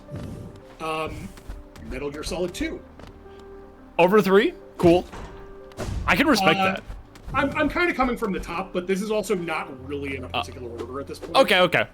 Anymore. I put 3 over 2. Cool. I absolutely put 3 over 2. Persona 4, Golden. With a lot of asterisks, as we've discussed. Yup. Super Mario Land 2. Nice. Unbelievable Game Boy game. Nice. Good game. Good ass Greed is game. Great. Good ass game. Did you play Neva? I still haven't. I just saw the complete editions on sale for like $11 for Switch, so I might have to grab that. Unbelievably beautiful game. I'm Yeah. quite It's on, sure. it's on my list. If it's the same people who made Gris, then I have It's to on my check it out. list. Yeah. Of course it is. I have it on like 3 different wish lists. Don't you worry. I intend to. What the fuck? Oh, fun. You What said the never fuck? heard? I still haven't played Neva. No, this is Gris from the same people who made. This, hang on, I'm sorry. Oh, I gotta Gris, take a pause. beautiful. Never on sale. My man's name is Poggy Thorax. Skrunk! You look pretty skinny. Very scrawny. That's the way to be, I reckon. Just look at me. A great big, juicy, fatty, oily, scrumptious bug. No wonder I'm so popular around here. Oh my god. I'm gonna lay him to rest. I'm sorry, man. Bye-bye. Bye-bye. All right. We also have 13 Sentinels Aegis Rim, which I've convinced Scarlet to start playing, and I don't think she's picked up since. Nah, I don't play my Switch very I'll much. pick it up at some point. It's I'm into it. It was pretty good. It's pretty good. You It's don't pretty even know good. that. Legitimately one of the most insane narratives of any video game I've ever played. I liked what I More than see. any of the Somnium Files. Literally the next game on the list. I was about to segue into it. I'm not joking. In a similar vein, Danganronpa 2. While we're still talking video game narratives, Soma. Good ass game that I need to finish. Good ass game that I need to finish. You really need to finish it. Oh my god. If Ontus Fucking comes out good this year, I game. super The do ending need to is finish it. arguably the best part of the game. Tony Hawk's Pro Skater 4.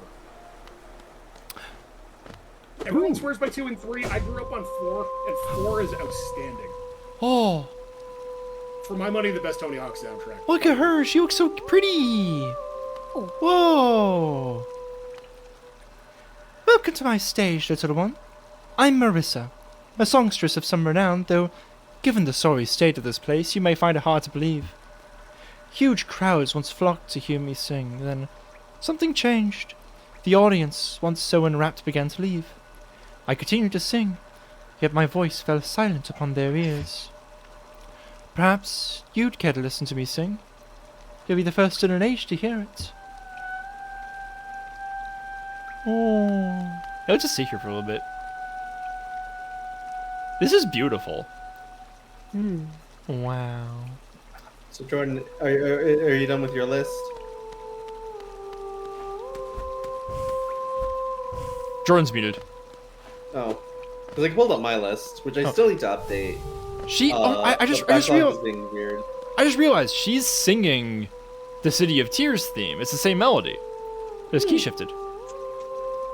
That's so cute. I love that. Are you paying attention? You can hear her background. Yes, Jada, I got it. Oh. You can hear. Oh, you can hear her. You can hear her in the background, like while you're actually out there. Ooh. No, Don, I don't even think I'm halfway through my list. I get interrupted. Oh boy. What? Sorry. I said, oh boy. Hades. Awesome. Yes. Metaphor Refantasio. Awesome. You want to talk a game that is just good, but I love nonetheless? Sleeping Dogs. Sleeping Dogs. I only know it from the one Control Alt Delete 2-panel comic. I wouldn't know. It's like if John Woo directed Grand Theft Auto game. It rocks. I remember when Sleeping Dogs was coming out. Then it just kind of vanished. It did. I think Square Enix killed it. Like, they were planning on a sequel and it just never happened. The next one would be controversial, but The Last of Us. It is a little That's controversial. a great fucking game. It is a little. Understandable. Yeah, like, you know, say what you will about our man Neil, but like, unfortunately, they remain good. Yep. Journey. It's Obviously. easy finish pick. Journey. I need to finish Journey. You do. Oh my God, Dorothy, if you liked what you saw from like Sword of the Sea, like, come on, you gotta finish Journey. I played Abzu. Yeah, Abzu's great. Abzu's really good. Abzu was not going to make the cut, but I love Abzu. Jack and Daxter. Ratchet and Clank Going Commando, I think is the best of the series. It's the second one. The 100 Line Last Defense Academy. Yay! Yay! Yakuza 0. Honestly, I was kind of torn between that and Kiwami, but I think 0 is the better narrative. Soul Calibur 2, which you'll be hearing me talk about later this year. Right. The Nier Replicant remake. With the Astrobot. yeah, Astrobot was. I forgot that you actually played that. God, Astrobot fucking rules. People dunked on us for nominating that because it's just like, oh, it's AAA slot. The thing is, it really is that good. Well, here's the thing. You didn't fucking play it, and I did, and I say it belongs. Mm-hmm.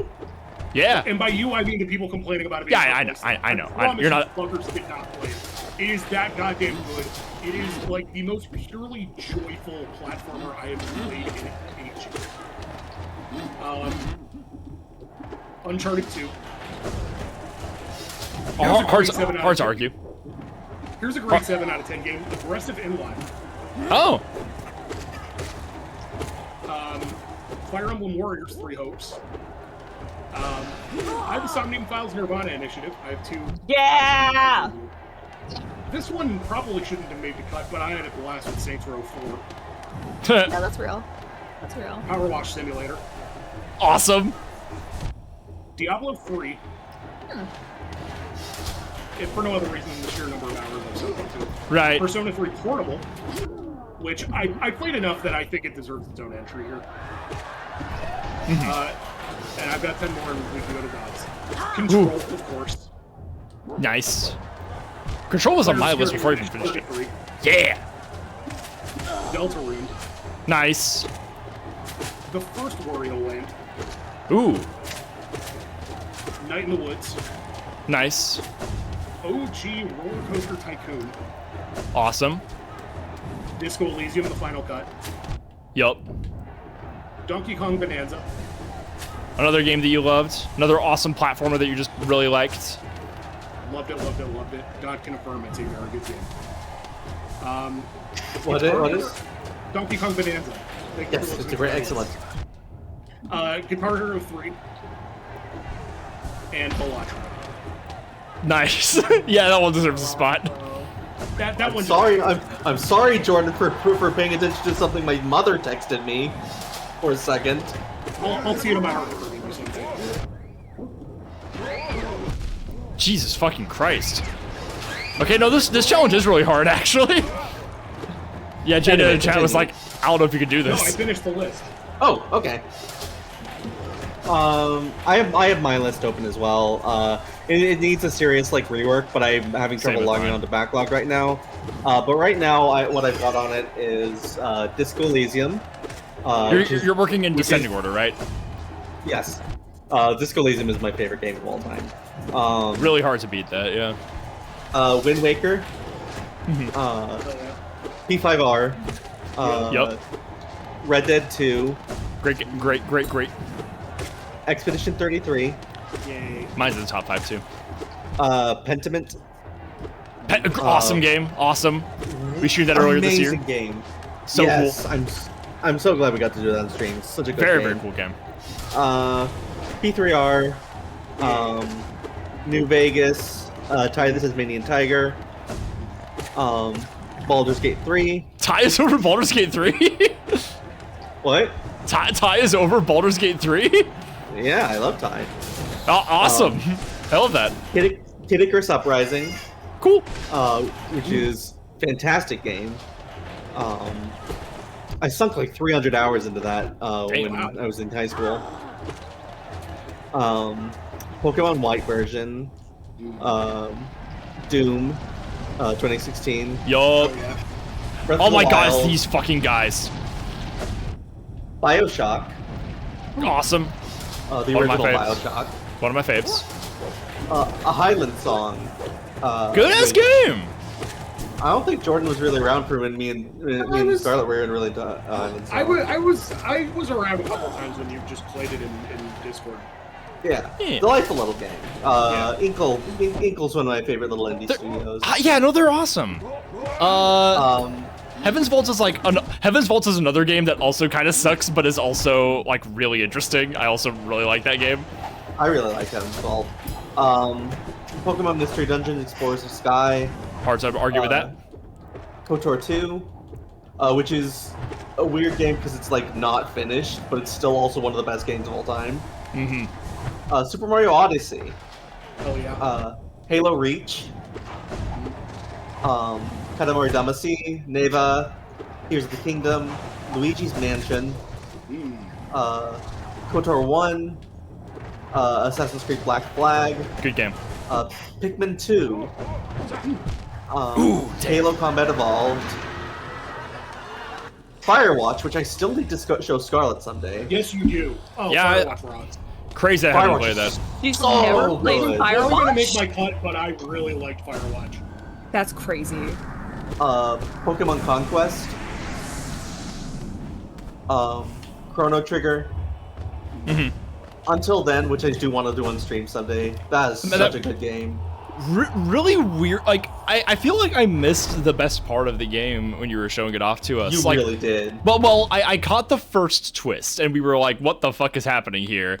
And then it sounded like things just got exponentially crazier in a way that I have a hard time picturing by description alone. It's such a good game. Also, Ears on My Legs, welcome to chat. Hi. Cyberpunk 2077, Awesome. which of course we love. We all love it. Citizen Sleeper. Game I gotta finish. 2, I mean. Then I got 1,000 Times Resist, of course. Nice. Night in the Woods. The Blob, which I need to show you guys someday. You had plans to stream that at one point, it just didn't work out. I did stream it once. I don't think it was around for that. No, you weren't. It was like my second or third stream ever. Oh, wow. So, Jordan, have you ever played The Blob? I have not played the Blob. It is a delightful little puzzle platformer about like painting shit and fucking up little cops. And Hell making yeah. great music.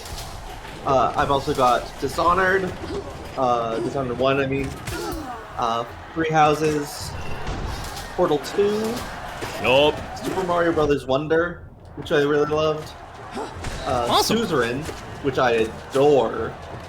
I gotta get back into that. Suzerain is so fucking good. It looks awesome. It looks so fucking neat.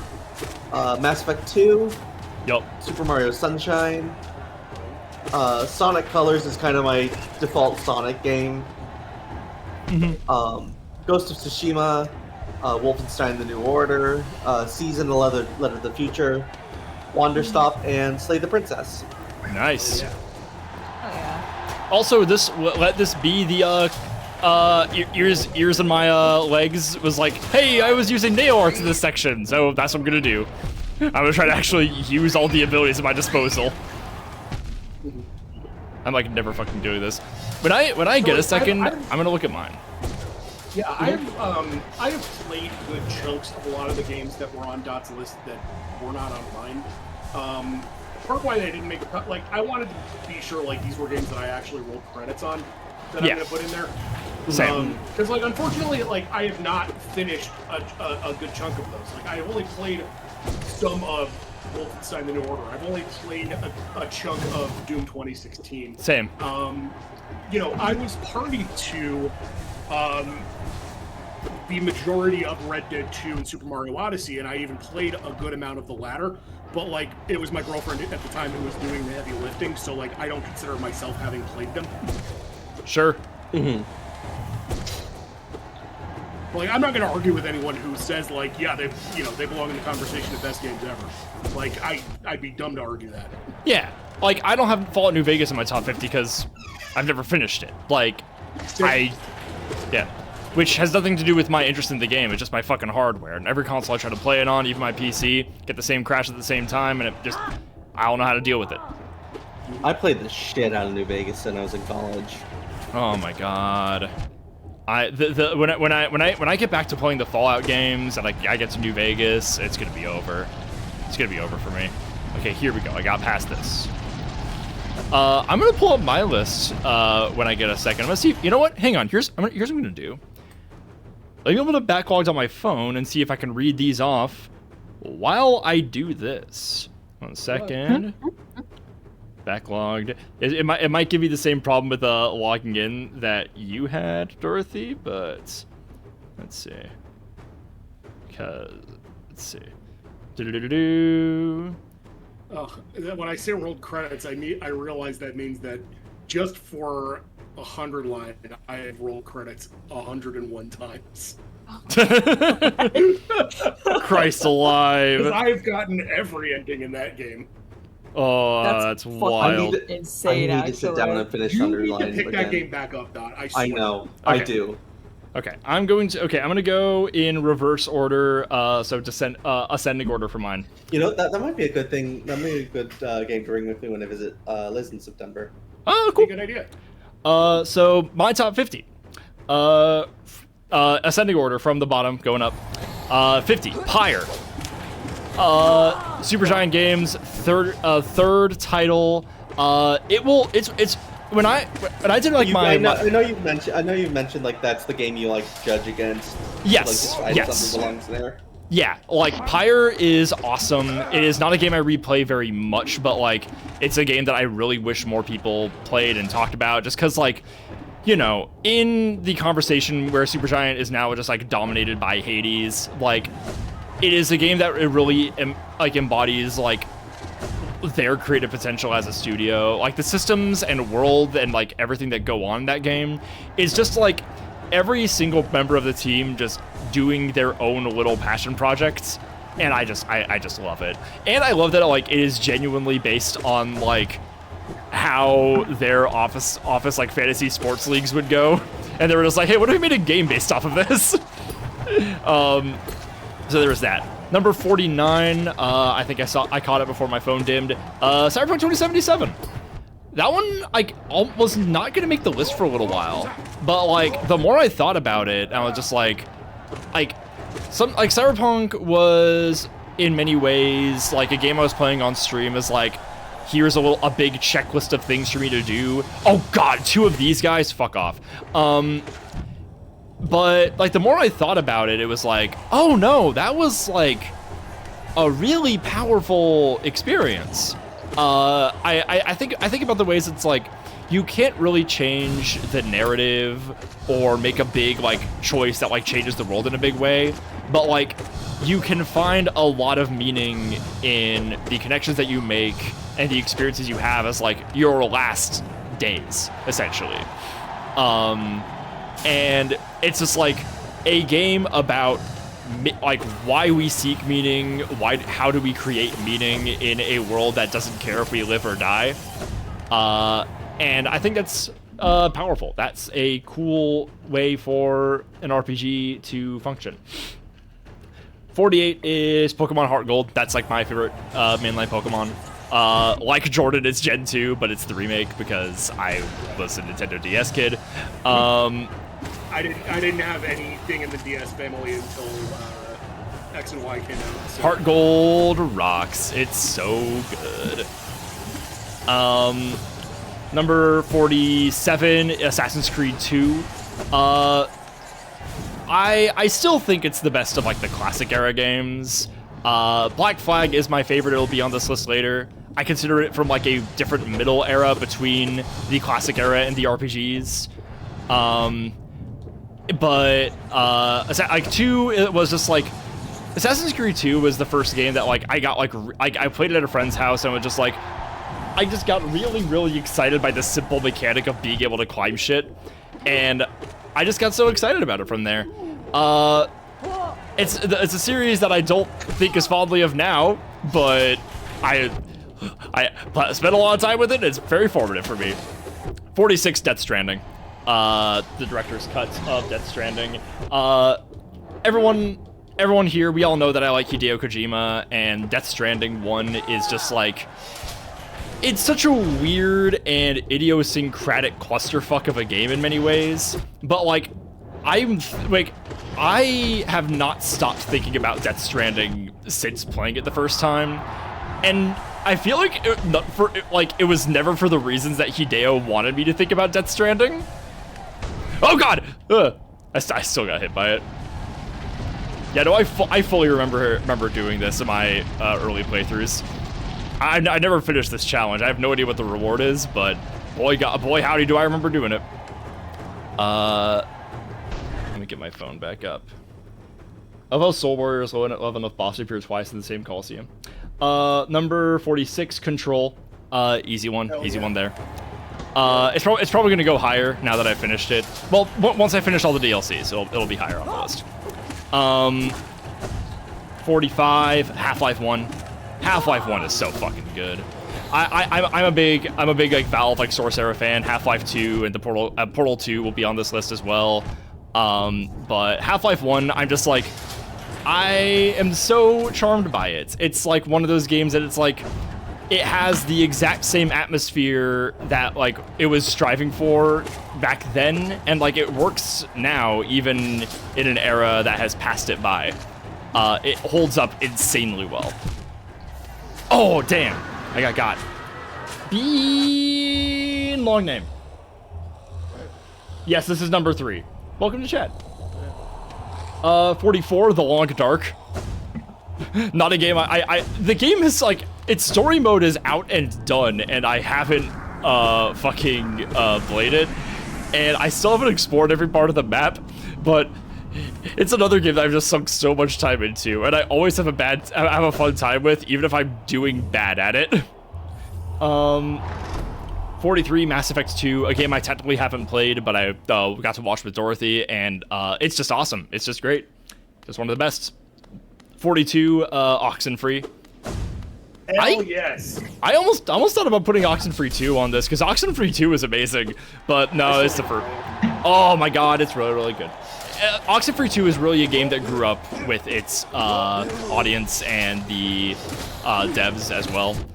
Like the, Oxenfree is how we met June. That's, yo, there's an amazing story about how I met June with that game. Oh, it's fantastic. Thanks, Bean. I'm gonna say it extra long like that just to distinguish you from a Bean who I used to know. Just so internally I don't get you guys confused. Please don't say stuff like this is the winning attempt in my chat, okay? Look, when I say shit like that, I like get demolished, okay? It's really bad for me. Alright. Augur, you should play Oxenfree. Oxenfree is like, I remember every time I play the game and like I'm going through the first couple of sections and it's like, okay, this like teen Life is Strange dialogue is really annoying, but like, no, it's definitely a product of its time in a lot of ways, and the game as a whole. I think the dialogue is treated a lot more realistically than it is in Life is Strange.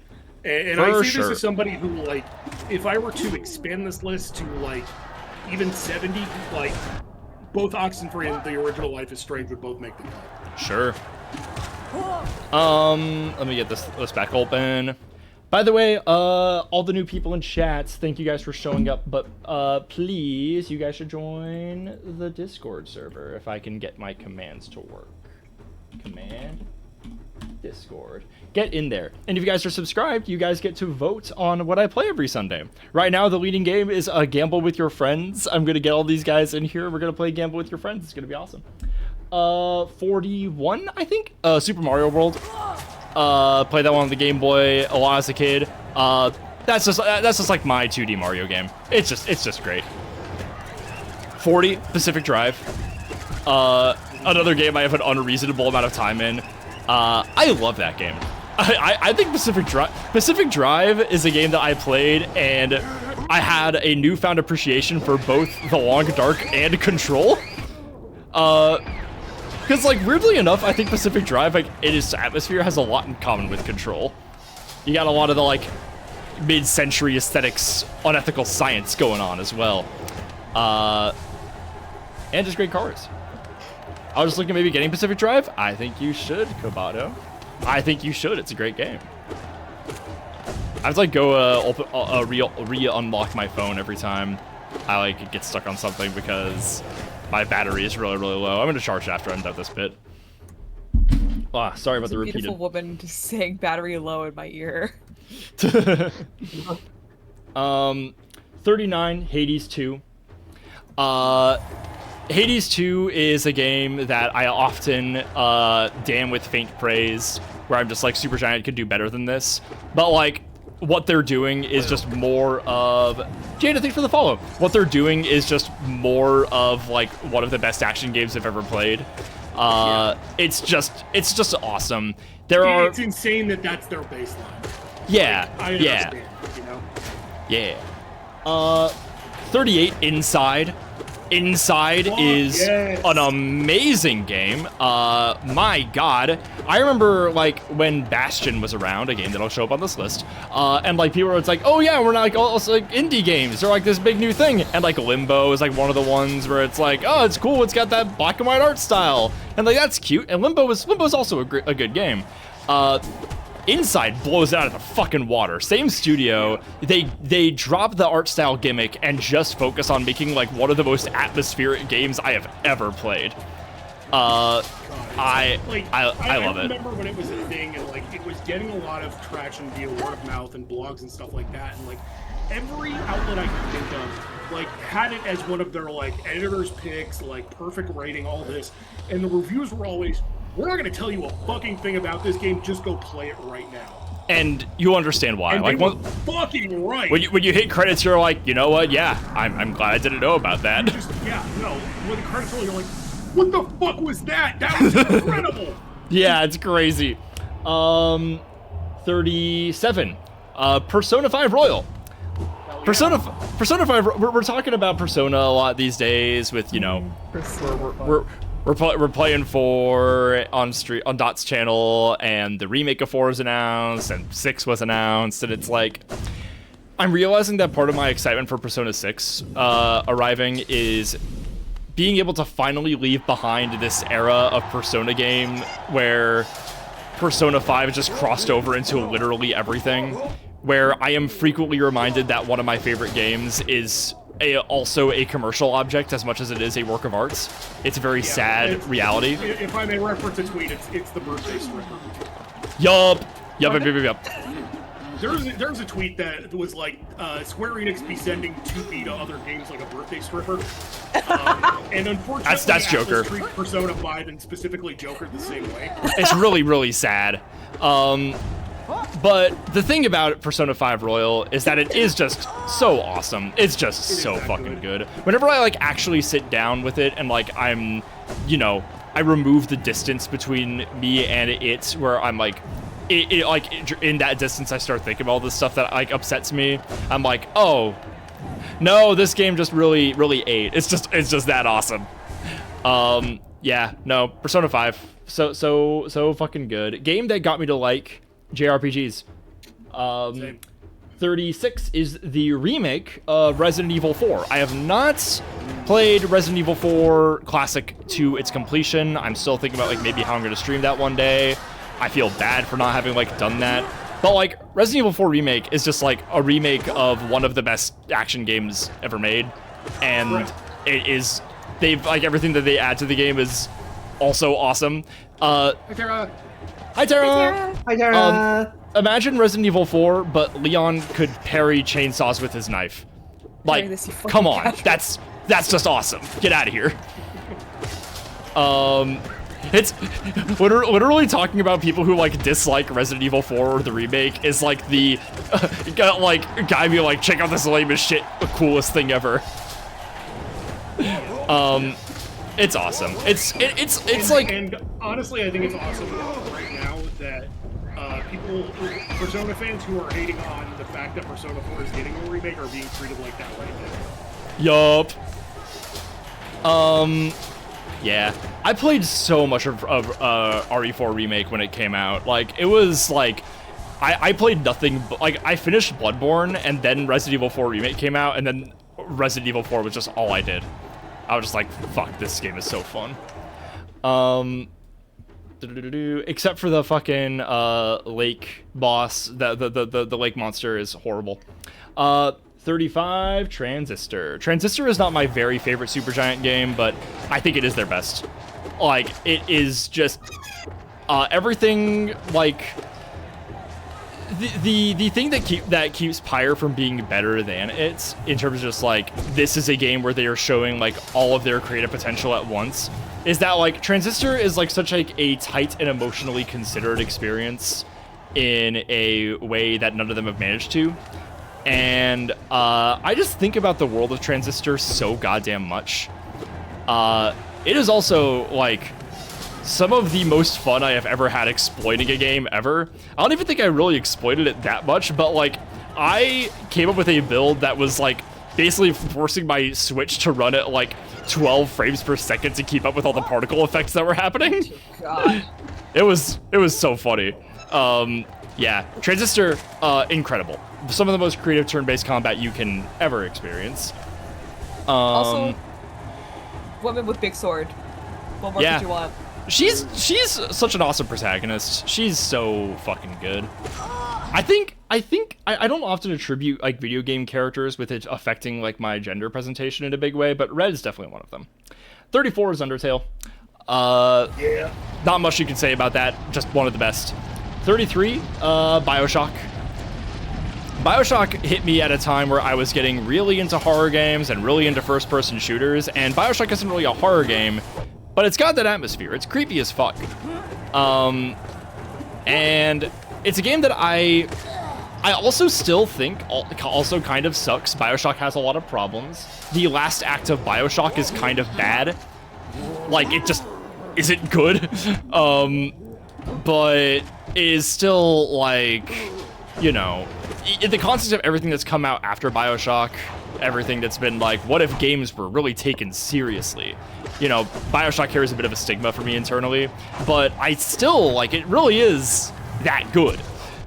BioShock, Dragon Age Inquisition. That was one where I had to really hem and haw over whether or not I wanted to add it to this list, and then I was like, nah, it is that good. I'm gonna leave. I'm gonna come back and do this one later after I get all the mask shards, which means it's time for the bees, everybody. We're gonna go see the bees. The bees. Up next is Kingdom Hearts 1. Kingdom Hearts 1, Kingdom Hearts 1 I played very, very young, and it took me a really long time to finally beat it. I would like play it at friends' houses because I never had a PlayStation. And in the context of everything we've experienced with Kingdom Hearts later, I think Kingdom Hearts 1 deserves more credit for being a much tighter and like cohesive story. It's genuinely like very effective for what it is, and I think it is definitely very impressive how like it managed to be such a solid RPG in the context of all of the bullshit that would come after it, all of the weird extra shit that would happen with Kingdom Hearts going forward. 31, Sable. Sable is just awesome. Sable is when I need Sable has kind of become like my bonsai tree, where like I will just boot up Sable when I need like a night to just like relax. I'll just like ride around the bike in Sable and just look at the like beautiful and serene world and just like take in all the art and be like, wow, this is just so great. What a joy it is to be able to like go and seek out who you're meant to be in such a beautiful place. I wouldn't call Sable a walking simulator, ears on my legs. It's very much Breath of the Wild if there was no punching, which I think is awesome. 30 is Ultra Kill. A game that's technically not done, technically haven't rolled credits on it, but like Ultra Kill is like crack. I think you've played enough that it's fair to put it in there. Yeah. I still haven't played Layer 8. Ultra Kill is fucking nuts. That shit just like lights my brain on fire.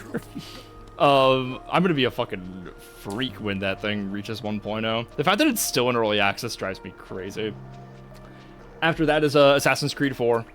Yeah, it's just the best the series ever did. It's just awesome. It's just so good. After that, Metal Gear Solid 1. The first one, it took me a very long time to finally get around to it, but then I was like, shit, this game is still really great. Still never played the Twin Snakes. Probably never gonna play the Twin Snakes. And I'm happy with that. Okay, now the cutscene's back. Up above Metal Gear Solid 1, Mouthwashing. Mouthwashing is one of those where it's like, should it really be that high? Like, is it really that good? Just because like everybody was so on one about Mouthwashing at the time that like its quality has become a little bit obscured in my brain. But no, it really is that good. We were quoting it at each other yesterday. And I was like, wait, no, the game just kind of Oh rocks. yeah, I do remember a lot about this game. Oh yeah, no, it's great. Above that, Fallout 1. That will probably get supplanted by New Vegas when I play that, but I think Fallout 1 is pretty great. I'm not even that much of like a CRPG head, but I was just like, damn, this is kind of awesome. Yeah. Above Fallout 1, Metal Gear Rising: Revengeance. Yeah. What? Barely missed the cut for me. What? I don't even know what you can say about Metal Gear Rising. It's just like the most like video game that has ever video gamed. Yup. Well, like that shit just rocks. Fuck. Right above that, Resident Evil 7. There's a couple of problems with Resident Evil 7 that keep me from really, really loving it. Mostly like the last like chunk of the game is really boring and kind of bad. But like it is some of the scariest shit I've ever played in a game, and I've played a good amount of horror games. That thing freaked me the fuck out. Up above that, Jordan, Eat Your Heart Out, Nier Automata. Hell yeah. Nier Automata. You would love it. Yeah, Nier Automata is one of those things where just like I feel like I'm being pandered to a lot of the time. Where just like, oh, okay, you just put a game that has like all the stuff that I think is cool when a game does it, and then the ending happens, and I was like, okay, fine, that was like one of the best things ever. Oh yeah. Yeah. It's like fine, I accept it. This game is like a miracle, I guess. Sometimes I'll go back and look at the VOD and be like, wow, I really was just sobbing my fucking eyes out, wasn't I? And you were right too. The only thing keeping me from sobbing was the fact that I was just like so in awe of that ending sequence. Yes. I was just like, this is the coolest shit. That's the correct way to do it. You experience it for yourself with your jaw agape, and then you go back and listen to The Weight of the World, and you cry your fucking eyes out. It's like, God damn it, life is so beautiful. I love being alive. Like, yeah, things are awful, but we have each other. The right above Nier Automata is another JRPG, maybe my favorite JRPG. We'll see how things shake out with the coming Persona Renaissance. But Kingdom Hearts 2. Everything good about Kingdom Hearts 1 is just made like perfect. It's just such an awesome game. Like Kingdom Hearts 1, the big problem with it is that it's kind of hard to play. Like it's just kind of a big pain in the ass. But you know, Kingdom Hearts 2 like takes everything great about it, makes it even more insane. It is a game. I mean, come on, it's the game where Donald Duck says Sora and Sephiroth. It's just, Hell yeah. it's perfect. Pokemon Mystery Dungeon, Explorers of Sky above that. I said Heart Gold is my favorite Pokemon game, but like, Mainline, you said. yeah, mainline. Explorers of Sky is like probably my favorite piece of just flat out Pokemon media, just like in general. All right, who's ready for the bees? I'm almost done reworking my list, Nice. so I'll have some new things to read out for you in a second. Excellent. Do you have patch notes, or are you just gonna read the whole list back at us? There's several different placements Okay. and a bunch of new Ooh. games. Right above Explorers of Sky, Resident Evil 2 remake. I know how you are about that game. I fucking love Resident Evil 2 2019. Maybe my favorite like zombie media. Although 28 years later might supplant that. But holy, like it's just like a Resident Evil 2 is the closest that the remake era has gotten to like a perfect game. Like it's just awesome. And yeah, a game that like really changed survival horror in general. Like when we get to Alan Wake 2, it's just gonna be like, oh, this is just Resident Evil 2. Awesome. Resident Evil 2, Dark Souls 1. Dark Souls 1 is a game that I really don't, I try hard now not to like try to convince my friends that Dark Souls 1 is good, because so many people have already tried and they're probably sick of it. But I love the game so much. I would have replayed more of it if I didn't like fuck up the ending on my second playthrough. If I didn't do that, I would have had the Steam to probably play it like 3 or 4 more times on top of that, and like trying out different characters. And I still come back to it from time to time. I'm thinking about like starting it again as a like Fate spellcaster, because I didn't try that in the Dark Souls trilogy. But no, it's just awesome. Of that, Red Dead Redemption 2. Red Dead Redemption 2 is just so fucking good. It's one of my favorite. Red Dead Redemption 2 is like my favorite like open world just ever, like flat out. It's just perfect. It's so good. Above that, Half-Life 2. Half-Life 2 was for a long time, I thought of it as like my favorite shooter. The bench, it's hidden in the ooze. Half-Life 2 fucking owns. Like, I was playing Portal 2 for a little while and being like, this is so cool. And then playing Half-Life 2 was like, that was like the first game where I could see the like, you know, I got to play around in like the Source SDK for a little bit, like the little like developer like toolkit that you can like, you know, use to make levels within the engine. And doing that at the same time as playing Half-Life 2 was like the first time I was like really thinking about games as like, oh yeah, people like made this and they like assembled this level and like they placed all these rocks and blades of grass and enemies in a particular way. Like I was the first one I started to like think about their crafts, and it was a very mind expanding kind of situation. Another game that just, like Half-Life 1, it holds up so well. It's just as good now as it was back then. Above Half-Life 2 is my actual favorite shooter, Halo Reach. Halo Reach. Reach is good.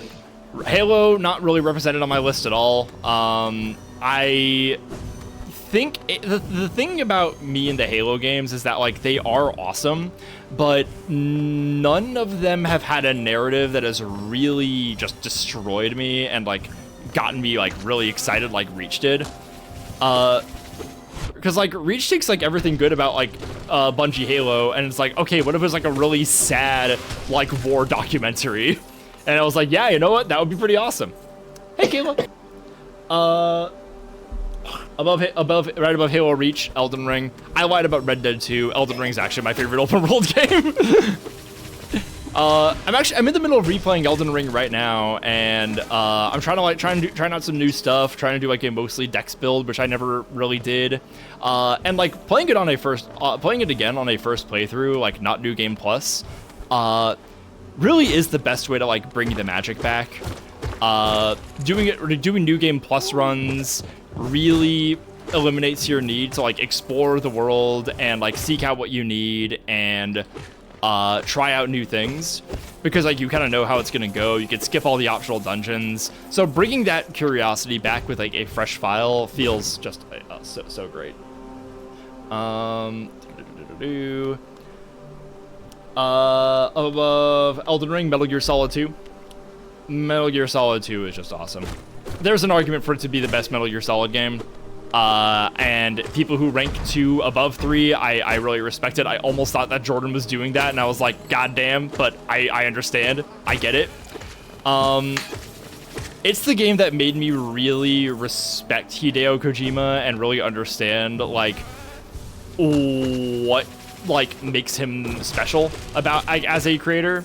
Because he has, like, a lot of his quirks, a lot of his idiosyncrasies, but it's the earliest example in a game of someone really like fucking with their audience in a way that tells a better story that I can think of. It is just really great at that. My God, that last act, I'm not saying anything new, but terrifyingly prescient. Yeah. He knew where shit was going just way too soon. Yeah, I feel like he... Unfortunately, I have to dip for now. But I'm real sorry, guys. It's okay, Dorothy! Share with us in the chat. Yeah, thanks for joining, Dorothy. Share your notes in the chat. Like share your new list in the chat. Oh yeah, of course. But yeah, I'll catch y'all later. Sorry, I couldn't stick around for the rest of your list, Scarlet. Oh, you're good. You've heard me talk about all these games. Yeah, that's true. Anyway, I'll see you tomorrow for Baldur's Gate. Bye. Bye. Another game that is not on this list, but is going to be eventually. Up above, Metal Gear Solid 2. Sekiro, Shadows Die Twice. Yeah, the higher we get in my list, the denser the From Software titles end up getting, like the closer they are together. Yeah. Well, Sekiro is a game that like makes a lot of people very mad. Like a lot of people really hate Sekiro. A lot of like From Soft fans really hate Sekiro because like in Dark Souls and Elden Ring, you can be a whole different set of guys. Like in the same way that the Knight in Hollow Knight is basically nobody. Your character in Dark Souls is like no set person. They can be a wizard, they can be a guy with a big sword, they can have like twin blades or even fists if you're a sicko. But in Sekiro, you can only be Sekiro. Like you can only have the katana and you're limited to that move set. And there's something I think so beautiful about that. Like it basically means like it's the only From Software game where the mechanics are pure, like in like what am I trying to say? Fuck. Like they're indisputably a way of expressing who the character is. Like your abilities as you progress in the game and as you overcome the challenges are synonymous with the character's own growth, and I think that's so awesome. It also makes it even more replayable than Dark Souls for me. I played Sekiro like 6 times start to finish. Because now that I've like learned all of these different enemies and all these bosses, I can just go in and breeze through it all, and it feels incredible. Especially just like thinking like, okay, I could beat Sword Saint Ishin without taking any damage. Let's see if I can do it. And you know what? I've done it, and it feels like heroin. It's so good. Yeah, best story of a FromSoft game for sure because of all of those things. Up above Sekiro is 1,000 Times Resist.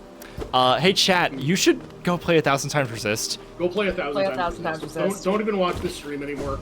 Just yeah, like chat, like listen to me chat, right now. Play 1,000 Times Resist. Chat, we're having a great time. There's a lot of new people here. I really appreciate you guys showing up to my channel and giving some support. But I promise this stream is not as good as 1,000 Times Resist. Almost nothing is. You know what? I didn't understand what they were on about until I played through 1,000 Times Resist. Yeah, honestly, Play 1,000 Times Resist. Honestly, us describe. I'm not even gonna like describe the game all that much, just because like I'm not gonna be able to. You're better off knowing as little as possible before you. You're better off knowing as little as possible, and I couldn't really do it justice. But it's really one of the most like beautiful mechanics light games you could ever play. My God, and the developer Sunset Visitor, they're making this new game, Prove You're Human, which we will be there day 1 for. It's gonna be great. Up above 1,000 Times Resist, my first survival horror love, Dead Space. God fucking damn it, Dead Space 1 is just flatly a masterpiece. I think it's perfect. Like I feel like when I said that thing about Sable having like one of those like game worlds that I just like boot up and like really want to just like fuck around in and just exist in and just be immersed in, it's because like it's, you know, full of life and, you know, it encourages all this great exploration and just it's just very freeing to go around and do all that stuff. There are some games that I play where the location feels so legitimate and immersive that like I just love inhabiting it. And the Ishimura of Dead Space is like such a fantastic triumph of like world level design, right? Like it is just the best you can get from like a big like sci-fi horror ship. It feels so legitimate and like it makes you feel like everything in the ship has a specific function. Like everything in there feels very intentional, like where it's placed and how it all works. It's just awesome. It's also the game that I think got me to get on board with silent protagonists, because for a long time I wasn't a big fan of them, even though I've mentioned like BioShock and Half-Life and like, yeah, those all have silent protagonists. But like with Dead Space, I realized it's like, oh wait, Isaac isn't saying anything, so the idea of like how his marker madness is affecting him is like like really obscure and weird, and we genuinely don't know like what his response to it all could be. And that was just like so compelling to me. It was one of those things where it's like making Isaac talk in the remake. I almost thought that would diminish things, but they somehow make it creepier. They make it work. Let's see. Up above Dead Space, Metal Gear Solid 3. Metal Gear Solid 3 is just so fucking good. Metal Gear Solid 3 is awesome. My God, like. It's just Kojima's best. It is just far and away like the best thing he has ever done. There is just so many little moments in that game that I think about like all the goddamn time. And oh no, my phone died. All right, I'm gonna go plug that in. So I may have to do the rest of this list from memory. Oh, 1 second. Be right back. Mm-hmm. I thought my phone was gonna be okay. It was at 5% for so much All of my that time. friends have nice big long lists about their favorite games or top 50 games. I don't have that. I'm shaking your hand. I don't think I've played 50 games. I've definitely played 50 games. They do a like Hall of Fame category for for the people's game. The People's the Game Awards. You got this. The people's the Game Awards. Yes. And my two options are really funny. Mm.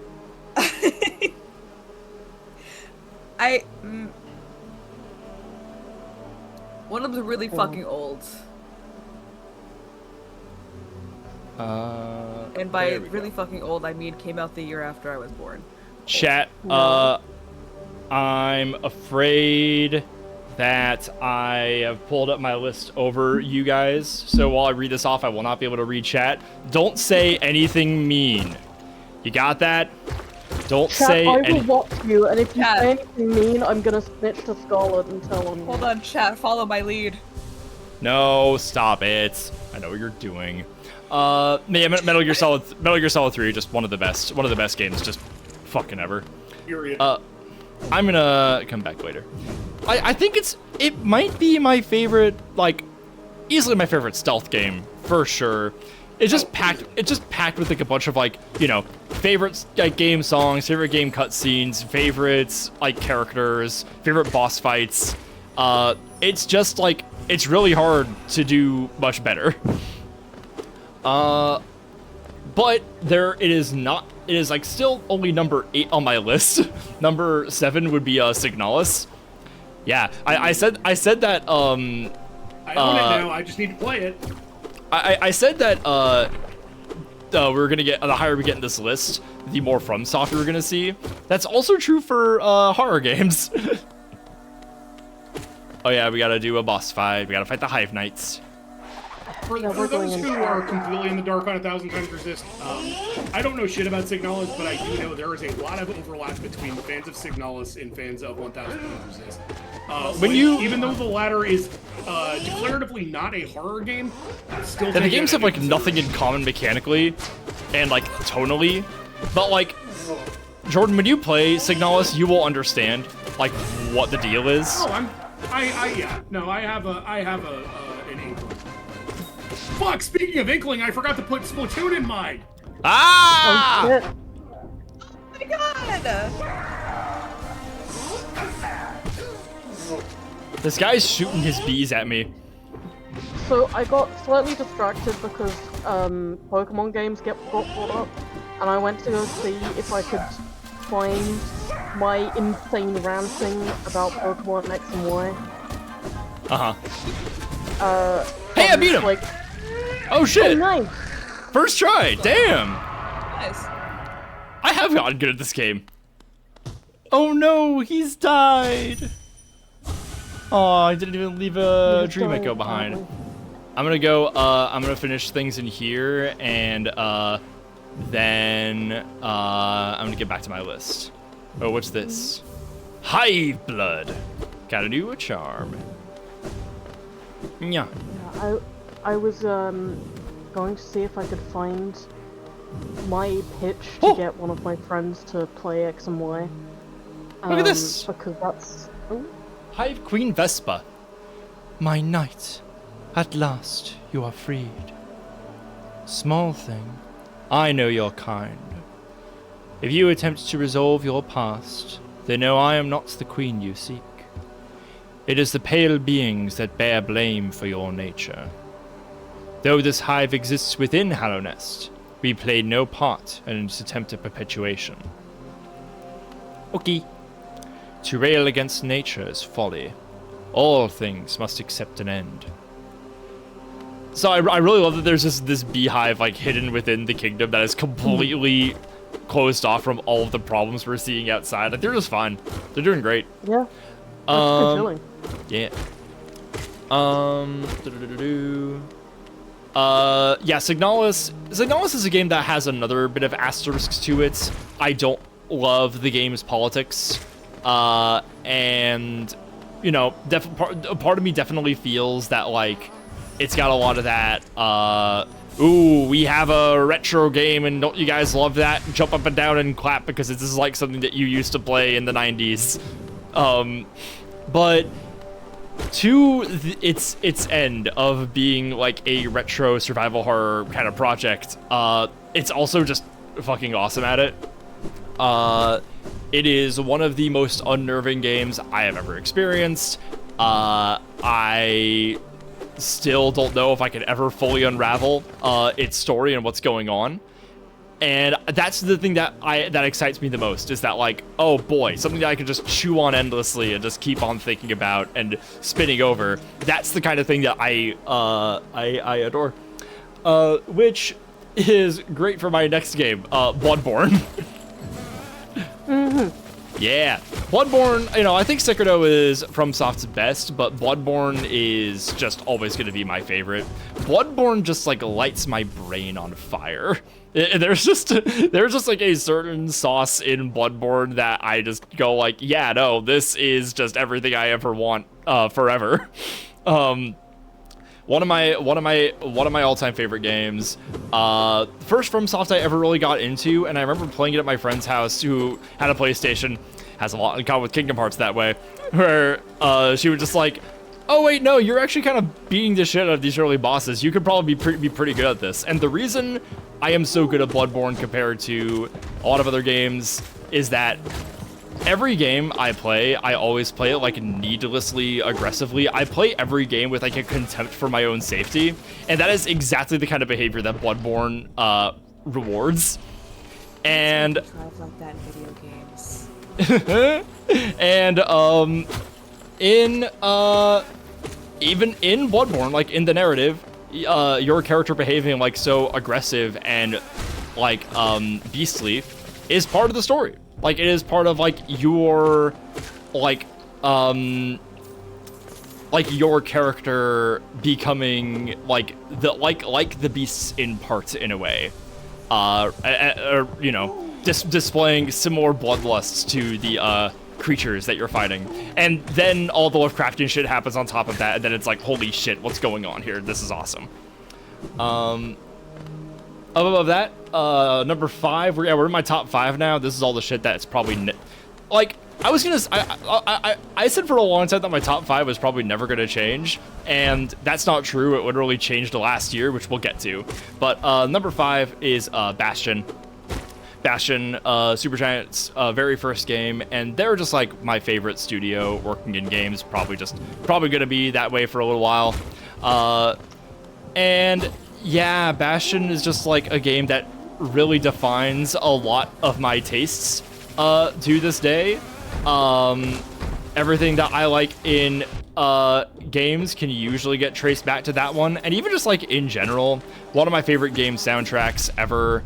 And you know, the other games in the Supergiant canon, like Hades, have definitely, like, some might say, have invalidated Bastion just because, like, they are just so much better.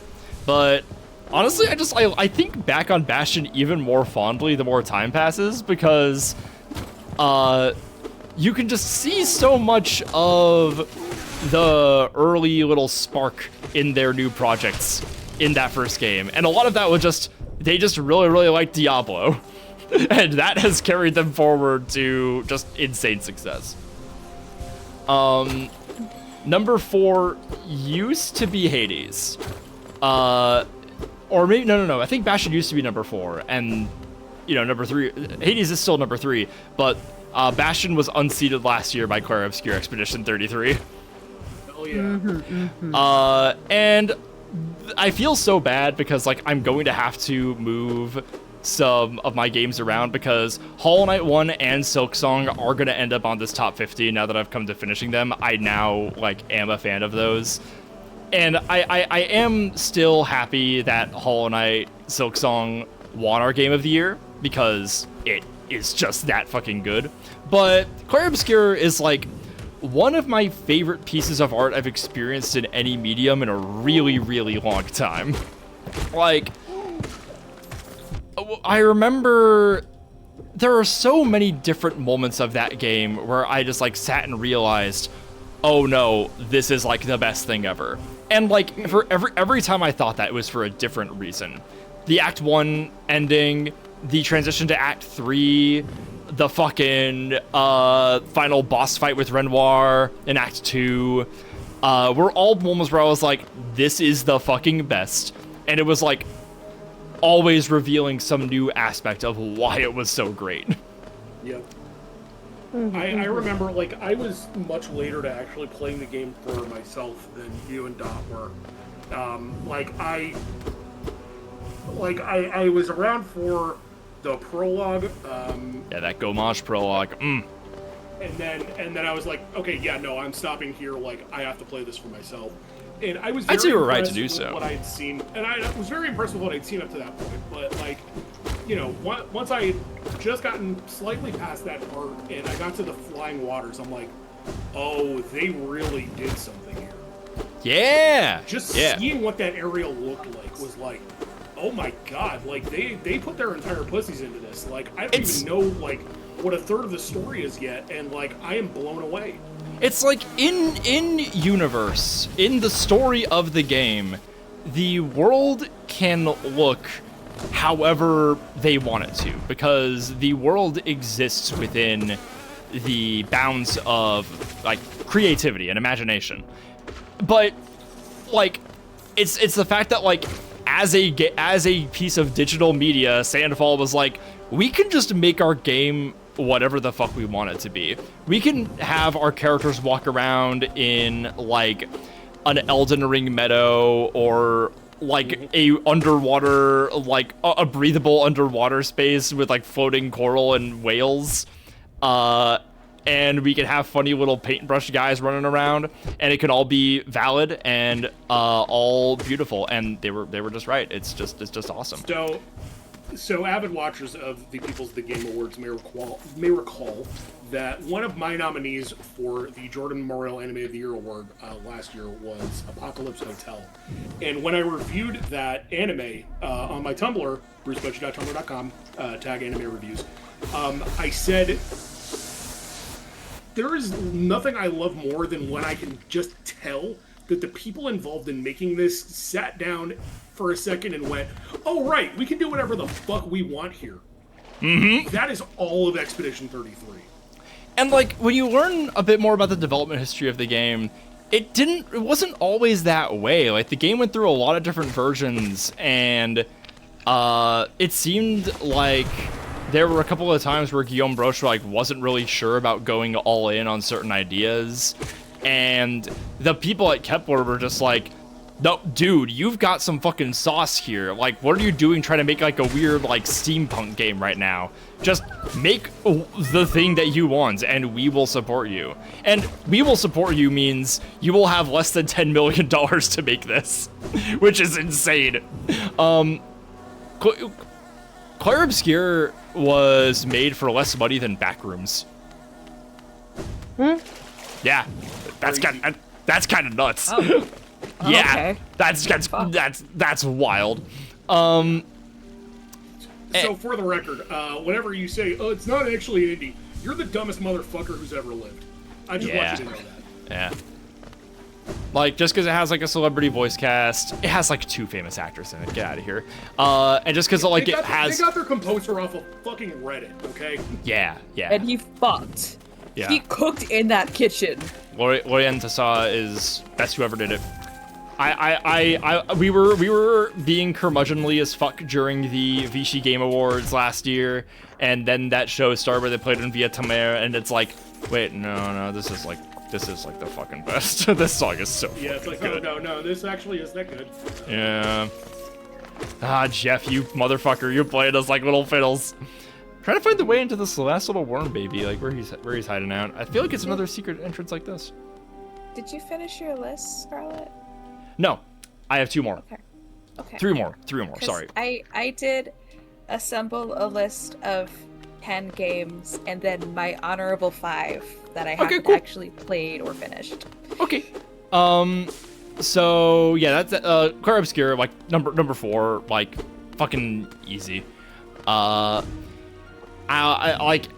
honestly hope something unseats it. That's how it was like when we were doing our rewards build up. I was like, I hope that there's something better than this, because something better than Clair Obscur could be fucking crazy. And that thing And turned the out. sequel to the game. That thing turned out to be Silk Song. You are currently playing ended up winning Game of the Year per your voting, the audience. My personal Game of the Year was 100 Line, but like honestly, Expedition 33 was like 1B to that. Like they're neck and fucking neck to me. That's kind of how you like will do things. Like for Anime of the Year 2024, you were like, yeah, like Dungeon Meshi Dandadan, that's like a 1A 1B kind of situation. Yeah. Sometimes I can't choose. Like That's how I feel about a lot of things. yeah, 2025. It was absolutely. Actually, no. Like for a long time, I'm like, yo, it's City. It's absolutely City. But like, the more I think about Apocalypse Hotel, that fucking show has grown on me so much. Anyway, So continue. that's Expedition 33. My number 3, my like 3rd favorite game ever. It's Hades. It's like of course it is. I don't even know what I can say here. Like, it's Hades. We all love it.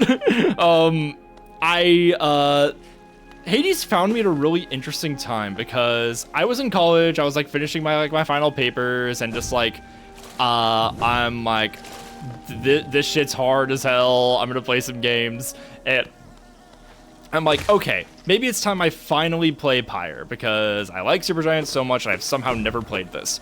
And I did, and I was like, hell yeah, this is awesome. But I think I actually, the copy of Pyre that I came into was, well, I mean, not like that. The copy of Pyre that came into my possession was because they were giving away copies of, I think, gift copies of Pyre or something, if you were getting pre-ordering Hades for early access on Steam. So I ended up with a copy of Pyre, and I was like, okay, I guess I gotta stop procrastinating. I played it. I was like, wow. After I procrastinated on playing this for like 2 years, and like, oh, it actually is all that good. Because I heard like nothing about Pyre. Like, it did not make the waves that Bastion and Transistor did. So I was like suddenly very excited for Hades. But Hades always looked like it looked like a much lower concept kind of efforts than what I was used to from Supergiant. I was like, okay, this is just gonna be like just a fun action game. You're making like a edgy little Greek myth guy. Like, I don't really want to play as like a Kratos in my Supergiant game. Especially because like this is when the God of War remakes were coming out, and I was like beginning my like, are these games all that they're cracked up to be? Is their like big era of dominance such a good thing? Kind of stuff. So I was like very skeptical about Hades going in, and then I played it, and I was like, oh wait, no, a game can just be fucking fun. Like, it's allowed to just be that. And then it ended up being more than just that. It ended up being just one of the best things I ever experienced. And I think I like Hades 1 more now, having played the second game, because there's a lot in Hades 2 that I really like, but like, and narratively especially, like the story of Hades 2 has some stuff going on that I think is really cool. But I think about the story of the first game and how all of those things happened, and like what my memory of Zagreus as a character, and I go, yeah, no, that was just it. That was just it. Still one of the best soundtracks of any game ever. Not my game with the most hours. That is Elden Ring as of this year. It was Red Dead 2 for a long time. And not a game that I think I will ever 100%. I know people who will like do like runs on max heat with every weapon, and they've just like exhausted everything you can do in the game. A level of dedication that I simply don't have the time for. No. I got the ending after the ending and was like, you know what? I have played this game as much as I possibly can. I'm good. My metric for that was it was I lost it. When I beat Extreme Measures 4, when I beat the secret second phase, I beat the secret third phase of Hades.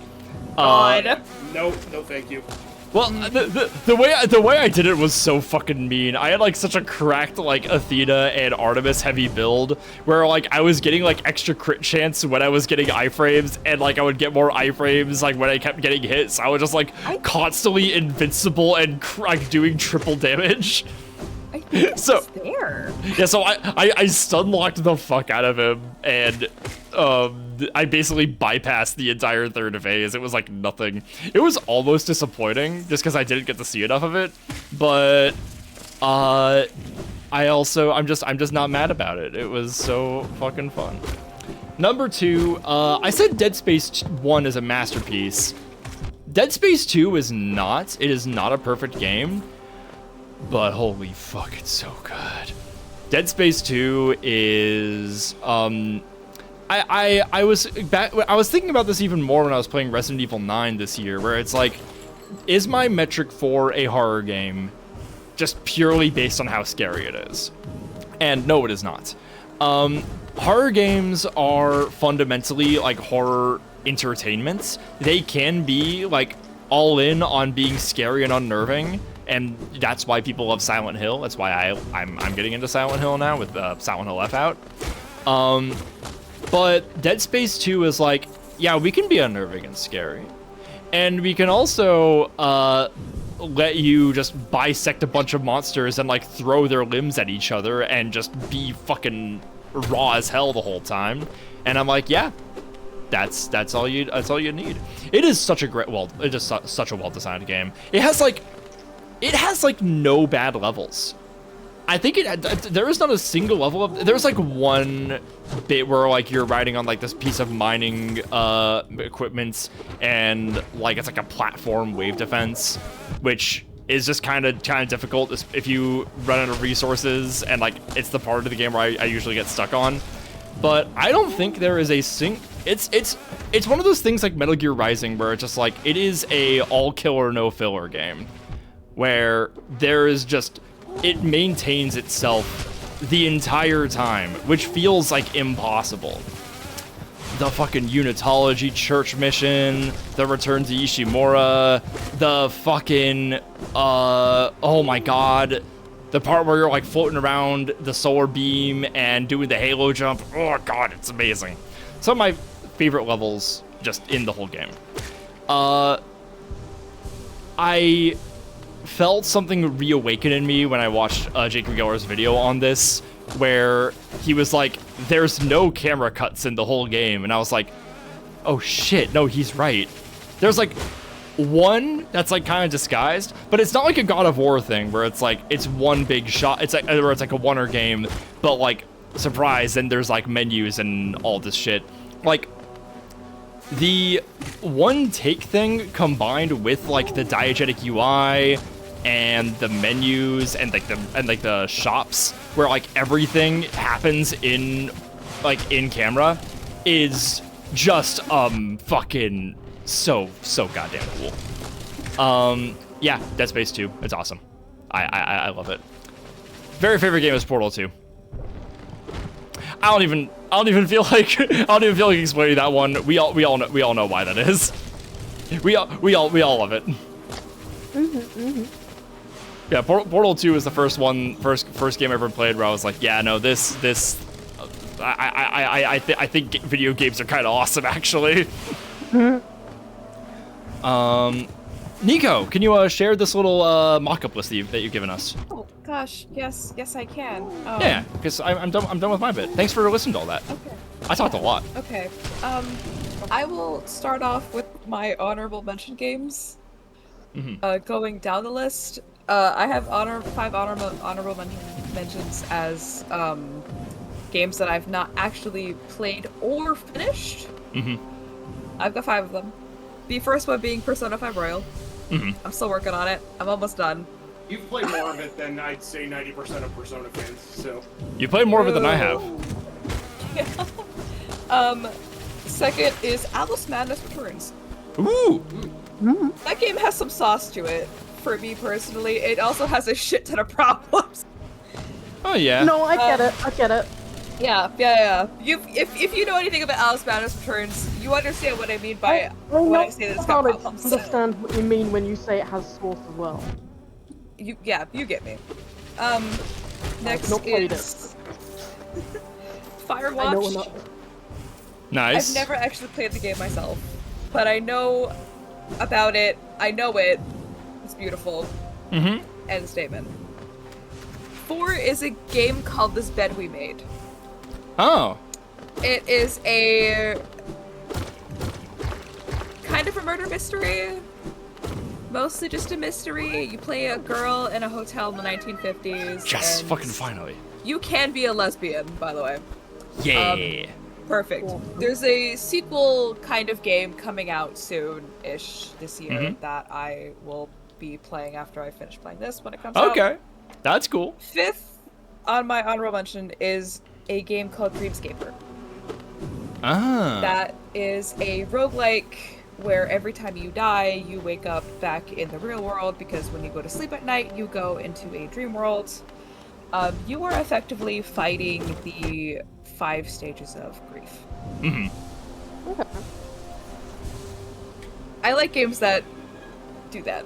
I'm gonna get some water. I'm gonna be right back. Okay.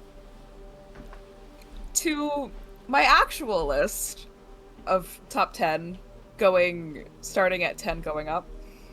Number 10 is Ebe. Ah. Everybody's Okay, favorite no. game, Ebe. No, I know, and you're so right. Yeah. Can I say, I may have just typed up a no particular order if I had to rank my games ever. Understandable. And a game that is very much inspired by Ib is on there. Fuck yes. Right, please continue. And then on the completely opposite side of any spectrum possible, number 9 is Dead or Alive 3. Awesome. Oh yeah. Dope. I grew up playing that game. It was on the OG Xbox.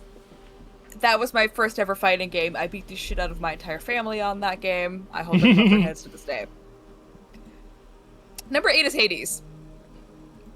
Hell yeah. I love Hades. That game hates my hands. Everybody loves Hades. It's fine. We all love it. It's great. We all love it.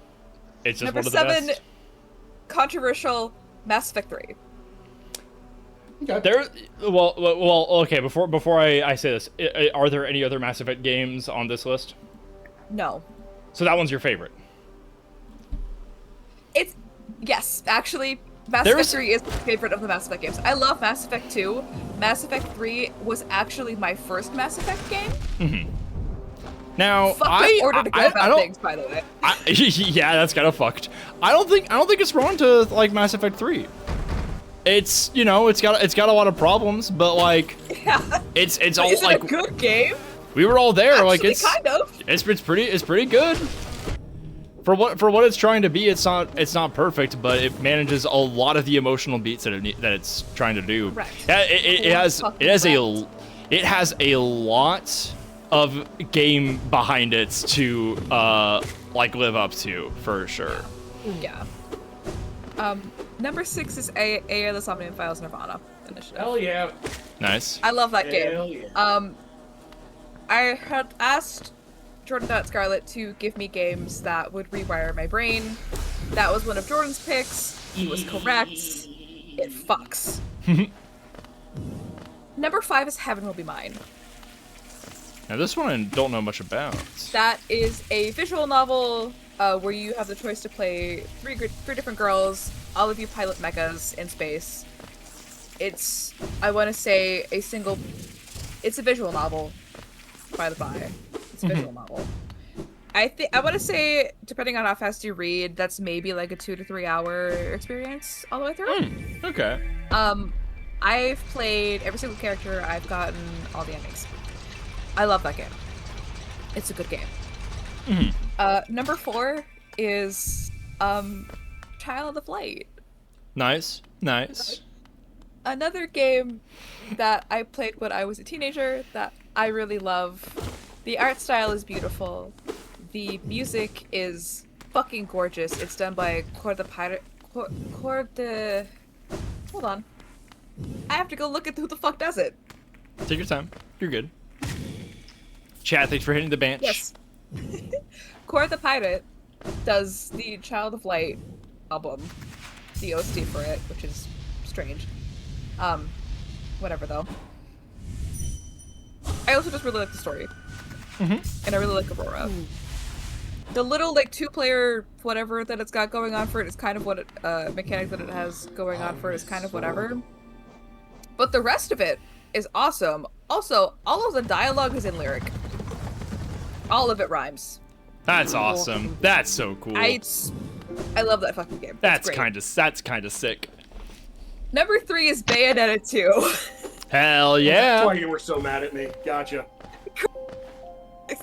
If you couldn't tell, or maybe if you could tell, if my icon's small on Scarlett's thing.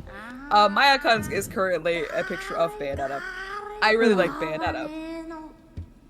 Bayonetta fucks. Bayonetta 2 is of the 2 games that I have played. I've not actually played 3. I own it. I pre-ordered it. I still haven't played it. I didn't hear good things about it, and I didn't have a lot of money when it came out, so I was like, all right, well, never mind. I'll bite the bullet one day and play it for us. But of the games, Bayonetta 2 is that bitch. It is that. It is exactly that bitch. Yeah. Number 2 is 1,000 Times Resist. Fuck yes. Yeah. Nobody's surprised.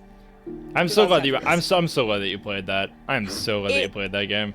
That was cried the game that my fucking eyes prompted out. Nico to request more games that will Yes. rewire the brain.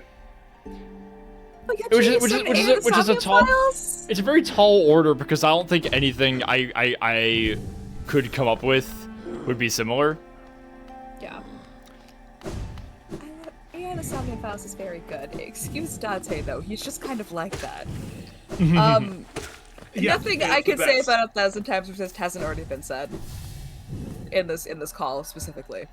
Yeah, all that's worth saying is play the damn game, folks. Play the goddamn game. Hey, I'm dying.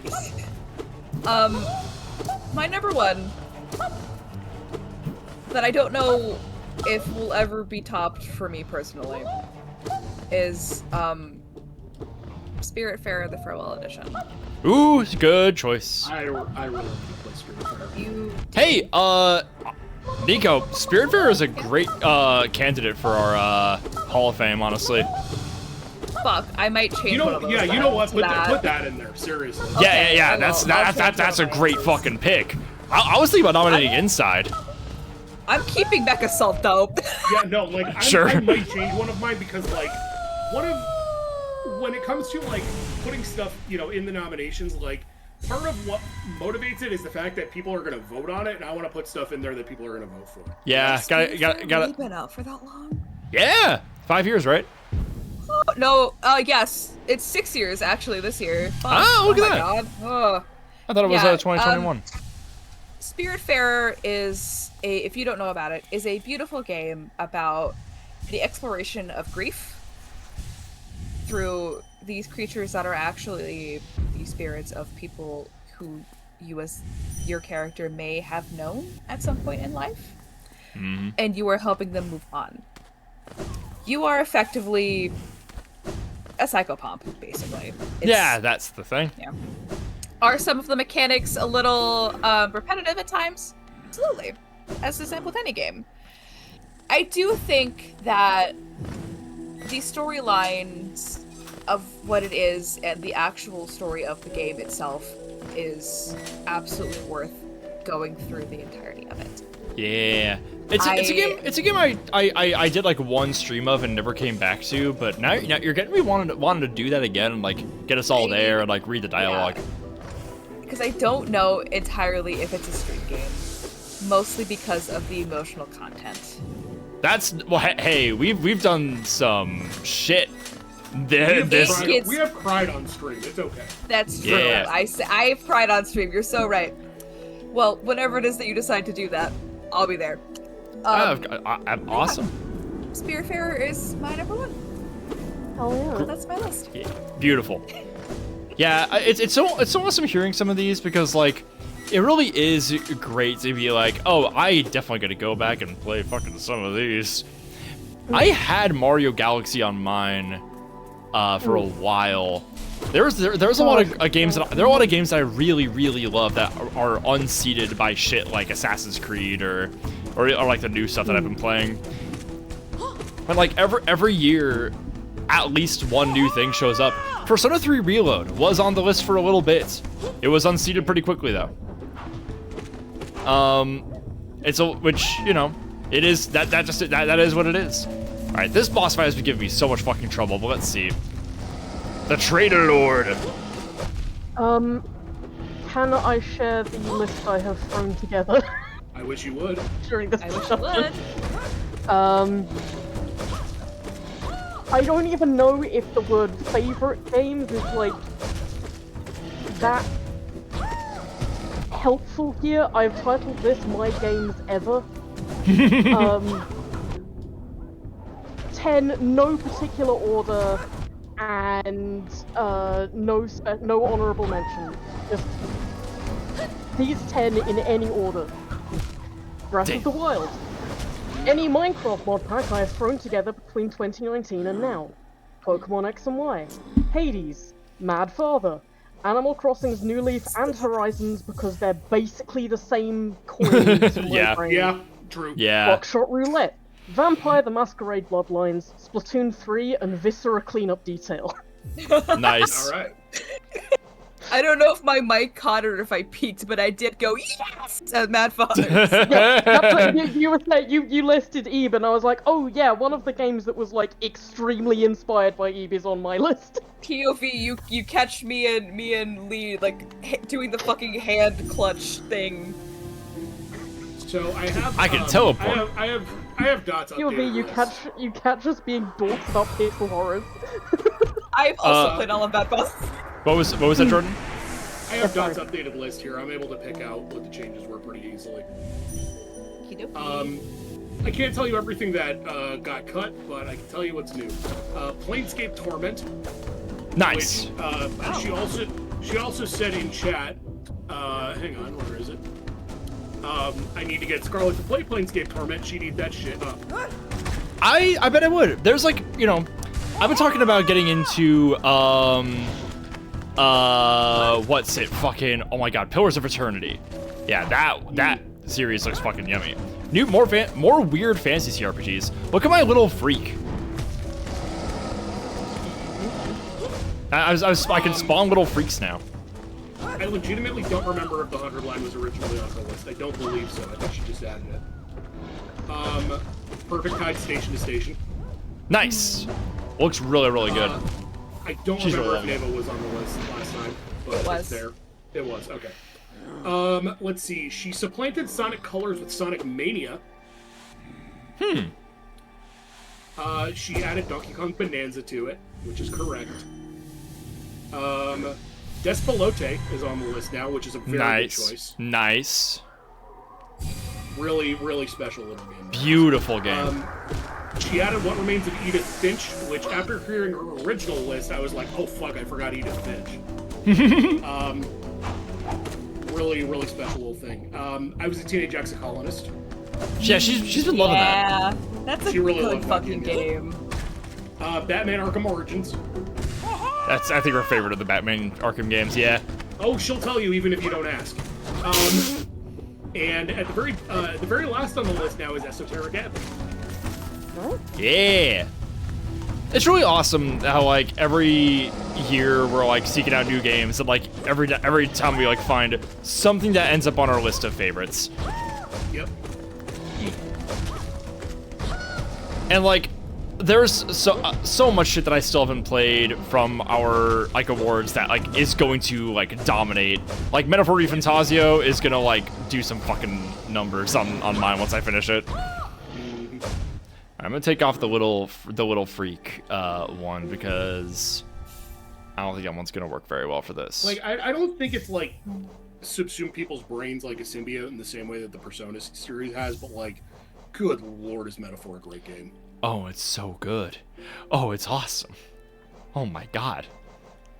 Like, arguably better combat than the Persona series. Such good combat. It's awesome. Like, that game made me go, oh, maybe it is okay for me to try Shin Megami Tensei. Which I did for about an hour and a half, and then I got Shin Megami Tensei and lost a lot of progress. I haven't picked it up since. Oh no. Let's see. Grub Song. Oh yeah, Grub Song's gonna be useful. What I have played of SMT5, pretty awesome though. Ah, awesome. Cool. When I play Death Stranding 2, it's probably gonna obliterate my list as well. Death Stranding 2 looks awesome. The score of Death Stranding 2 is amazing. Like, you know, first game, really great Low Roar album for the soundtrack, and 2 has this really great bit of songs by Woodkid, so that's all really good. But just like the score of Death Stranding 2 is amazing. There's a song on that I'm going to use for one of my little movie montages for my movie awards. But what song? Ooh, it's a mystery. When I was kind of finalizing the list, you know, before I kind of ended up making it the subject of the night, I was chewing on a few other games that like I've played over the years that like, you know, I think were great that I played it to completion, you know, and I love, and will gladly tell anyone, but like they just ultimately didn't make the cut. God of War, both 2005 and 2018, both excellent games. Insomniac Spider-Man, terrific. Terrific, but largely because it plays off the same formula as Arkham City. So it's just like it would feel like a hat on a hat putting it in there. I did have to cut Marvel Ultimate Alliance, the old one from the 2000s. God, that game ripped on PS2.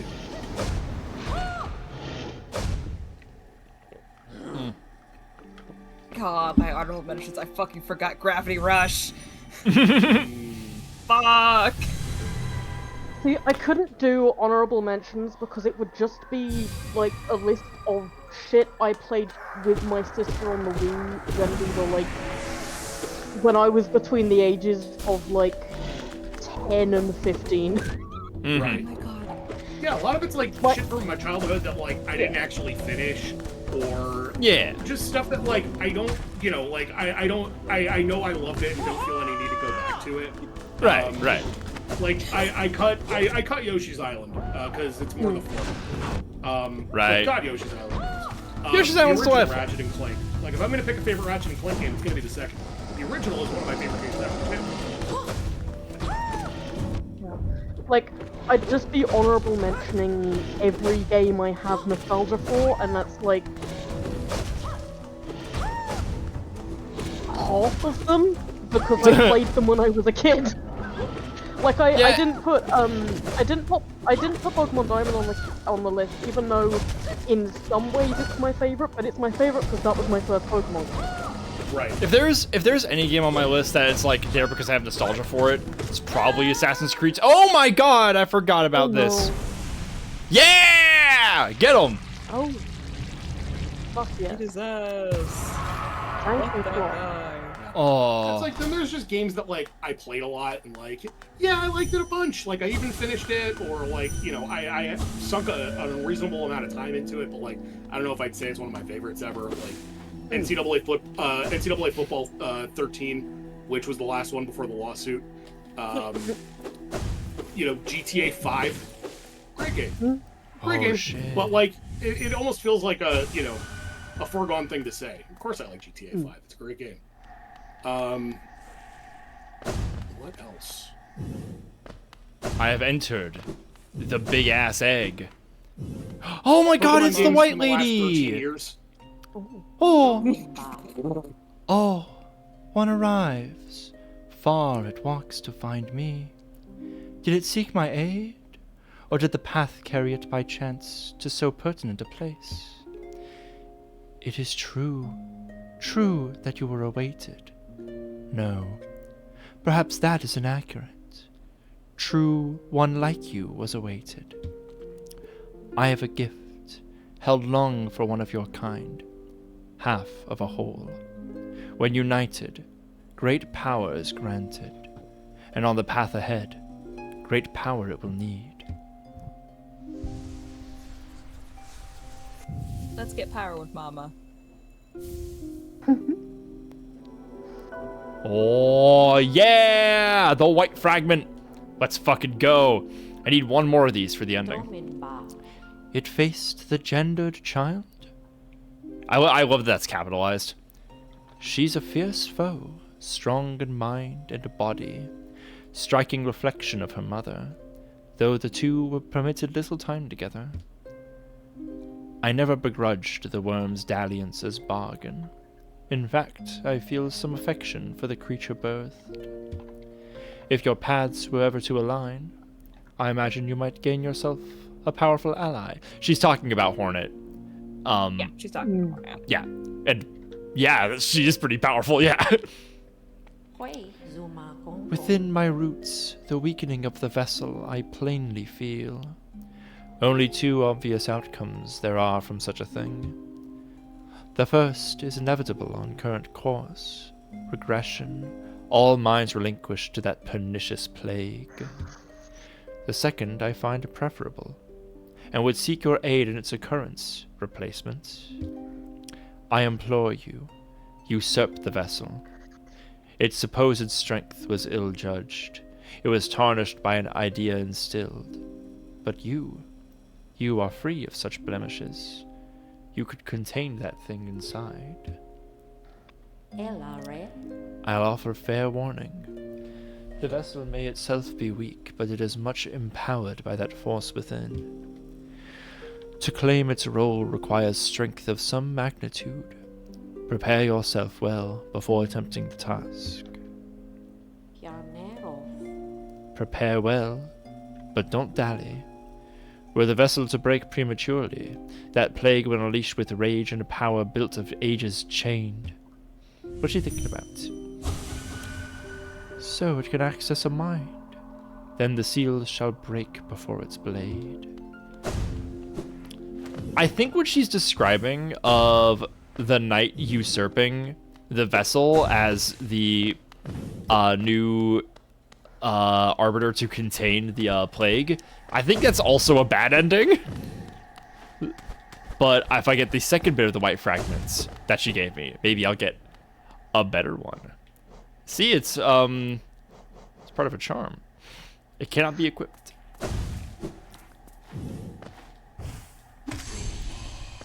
Kill. Aloob.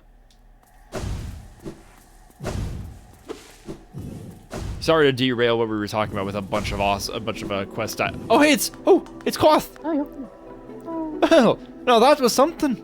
A true battle of mighty warriors. So intense, so climactic. It's really everything I could have hoped for. Thanks for your help, my friend. For a tiny bug, you set a valiant example. We'll meet again. I'm sure of it. Be on my way soon. Nola is waiting, and I'm done down here. Just saving the moment for a little longer. York! Hey, thanks, pal. Oh, thanks so much, buddy. Thanks for dropping a bunch of things. Well, hang on. I think the Trader Lord only had one. Oh God, do I have to fight a Trader Lord in the fucking Colosseum? Oh no. I got it. Okay. Bye, Cloth. So done over here. Good stuff. How's the stream going? Pretty good. We did a bunch of the Coliseum. We did the Hive. Did Queen's Garden. We finished the fuck-ass Crystal Mountain. I think we've we haven't like fully mapped out everything. We still have the actual main plot to do. And we have... Yeah, we just have the main plot now. Oh shit. There's like a couple of side quests, but I'm not gonna do them just yet. Let me look up something real fast. I'm gonna look up something real fast. Hollow Knight mask shards. There's one more mask. There's 2 more mask shards that I need. One of them is doing some fuck ass. Okay. I can get one of these mask shards very easily. Found all the grubs. I've not found all the grubs, but I've found all the grubs I have not yet located are in zones I haven't been to just yet. Except for like these 2. I haven't done these 2. Yeah, maybe I'll call it here, and we'll start next time with doing the Dreamer's Quest. Yeah. After that, it's just a matter of doing DLCs, Waking the Dream Nail, all that good stuff. All right, we got to get back to the stack station. Thanks for hanging out, everybody. It was very, very nice of you guys to join for this if you were new to the channel. Do consider, hitting up the Discord server and sticking around for more. We're going to be on tomorrow for what might be the penultimate episode of Dot and I's co-op Baldur's Gate playthrough. Those have always been really fun. We're doing Hollow Knight every Thursday. We're doing the Remedy games every Tuesday, so we're doing like, we're gonna be finishing up Control and moving on to Alan Wake 2 pretty soon, and that one I'm really excited for. And every Sunday, the Twitch subs, they get to pick the game that we play. So last week we did Mina the Hollower, which I think is really cool. And this week we're probably gonna end up doing Gamble with Your Friends, which is what the fuck is this? It says Treasure Train. What the fuck does that mean? What does that mean? Reach level 2 during this to unlock 35% off. Oh shit! Hey guys, if you guys can break level 2, then we're gonna get like a huge discount on gift subs. So that would be kind of cool. Oh wow. Yeah, so that's gonna have like stacking benefits for everybody. Actually, you know what? I'm gonna see. Do I feel strong enough to do this? Oh, get out of here. I'm lost. So anyways, Nico, thanks for 5 more. Oh my god. Thank you so much. You're so nice. Yeah. Wow. Hey, one of those went to Ace. Yay! Hey, York, thanks for the bits. I've been thinking about doing that for Ace anyways. Oh, Jada, thanks for the bits. Oh, Jada, you got a sub too. Wow. Oh my god. That's so nice, everybody. I forgot that my bit noise is still Dutch for Red Dead. We still need money. Oh my god. I gotta go one more in there. There we go. 67. Speaking of which, 7. fuck you. Speaking of which, Scarlet, I think you should take a look at something that's in stream fan art. Fan art, you say? Let me take a look at that. I was having a look at that, and holy shit. Let me take a look at this. Let me take a look at this. Yeah. Oh my god, that's so cute. Experience treat. It's me, the bunny girl. I'm sad I missed Lego Batman. Oh my god. There's always gonna be more Lego Batman. I gotta find my post of my bunny girl outfit for that one. And keep that one going around because I'm really happy you guys like that. Thanks, Viscary. That's so cute. I love it. What else am I gonna do here? I gotta find some fucking quests to do while you guys are dumping shit in the hype train. Hang on, let me just make sure. I got like an excited text from my sister the other day, going, "Holy shit, it works on my laptop, it works on my laptop," and I go, "What?" And she's like, "Lego Batman, 7 question marks," because I'd completely forgotten I got it for her birthday. Awesome. Awesome. Because I like pre-ordered it for her birthday, because I was like, well, it's my sister's birthday, and I will buy her the priciest shit on her Steam list. Because Hey, York, thanks for another one. That's a birthday gift, and then because it hadn't like come out like when I got it for her, like I had completely forgotten that was the game I got her. Whoa, Ace, thanks for gifting 5. Holy shit! Well, shit. God damn. Okay. You know what? Maybe all the hype train's going on. I'm just gonna say, fuck it. We're gonna go wake up the dreamers. We're gonna go move the main plot forward. Let's go. After this, it's gonna be Side Quest City. Also, Let's rock. I'm Hey, keep so happy that we shit had going. our, like best games ever chat this stream. Because it's just Yeah. like fun to hear like what I guess like what different people like prioritize in finding entertainment and stuff. Oh yeah, like there's a lot of overlap between between Jordan and I for sure. But each of us like things that like none of the other will be into. Like, Yup. I'm pretty sure everyone in the call had Hades on the list though. I think so. I don't know if Dorothy did, which but is Dot very did not. Oh, right. yeah, Dot did Okay. not. She has not played enough of the game to really be as much of a sicko about it as like some of us are. Oh, that's fair. I think, like, Hades is also, like, the only game of its type I have played enough of to enjoy.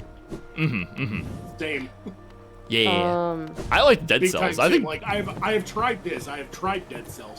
I've tried Bloodborne. Like sometimes games are too hard for me. Yeah. I wouldn't Like- call Bloodborne similar to Hades. But if you want, I know I went on a tangent, but you know what I mean. sure, yeah. I gotcha. But yeah, like you'll notice, like, none of us are really like 3D platformer sickos the way that Dorothy is. None of us really like. Jordan is the big like Danganronpa like sicko out of all of us, and I'm holding it down for From Software in our group basically. I was going to say I'm not a visual novel head. I'm trying. I finally got the OG Steins Gate, and I do intend to play it. Yeah.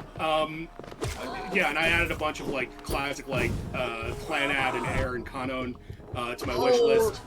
Oh no. House and Fata Morgana, Song of Saya, you know, just the real sicko shit. Are you okay there, Io? Not But, like- Clanad. I know Kodaka and Uchikoshi enough that like I was excited for the 100 Line on its own merit. That was just like, oh, this seems really big. Let's do this on stream. I'm like, have you played anything by either of these guys? She's like, Funny. 2 minutes left on the train, guys. Gift subs of 5 or more are discounted. Get it on that shit now.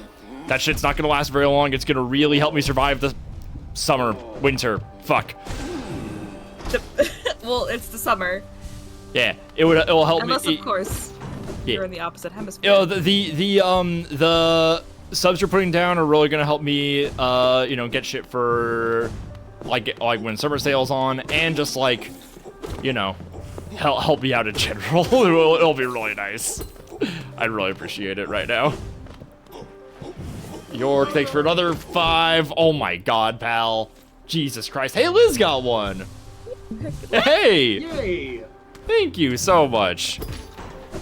Friend of the channel and girlfriend of the Dorothy.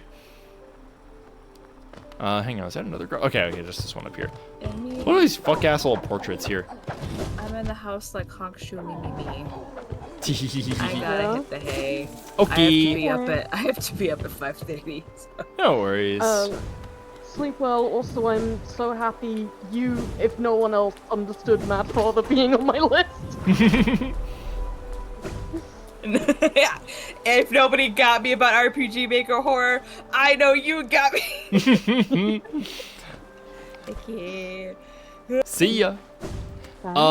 And chat, remember, if you guys just got gifted subs, hit up the Discord, make sure your accounts are linked, and you get the little secret zone. One thing that we have been doing in the secret sub channel, which I want to do more of, is you've been showing off Fuser with Jordan. Those sessions are really, really fun. Because, like, one of the best parts for us is that we have a lot of insane, like, rage bait inducing mixes that, like, we all know and are sick of, but, like, we can introduce them to this new audience so that we could experience that first emotion vicariously through them. Yep. Yeah. I keep it's missing them something that because other things are happening every time one of them happens. What I love doing in that game is like accidentally finding a mix that really works and like actually like getting some emotional resonance out of it, confirming that I'm not the only one, and then just completely fucking it up on purpose by throwing in like bop it noises. I was thinking bop it noises.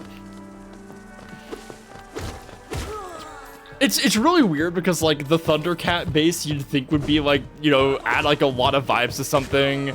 And then you realize it's like, oh no, if you put this in the wrong song, you just created like an instant penis music switch. So the person who uploaded it actually recently put an update to that track on the modding site, and I put it in there. I think it works a lot better now. Ooh, okay.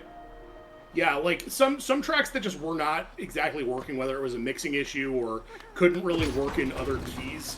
Some of them sound better now. One of them being "Shouty Wanna Fuck." Yay! Ooh. Oh, this fucking fight.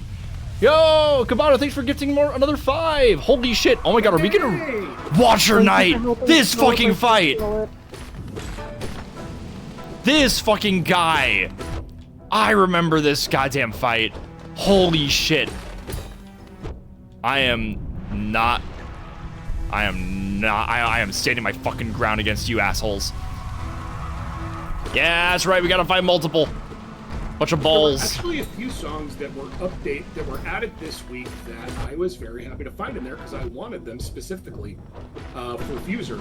5 of them. I need to add them in. But we have LCD Sound System's Daft Punk is playing at my house. Good choice. David Bowie's Life on Mars. Nice.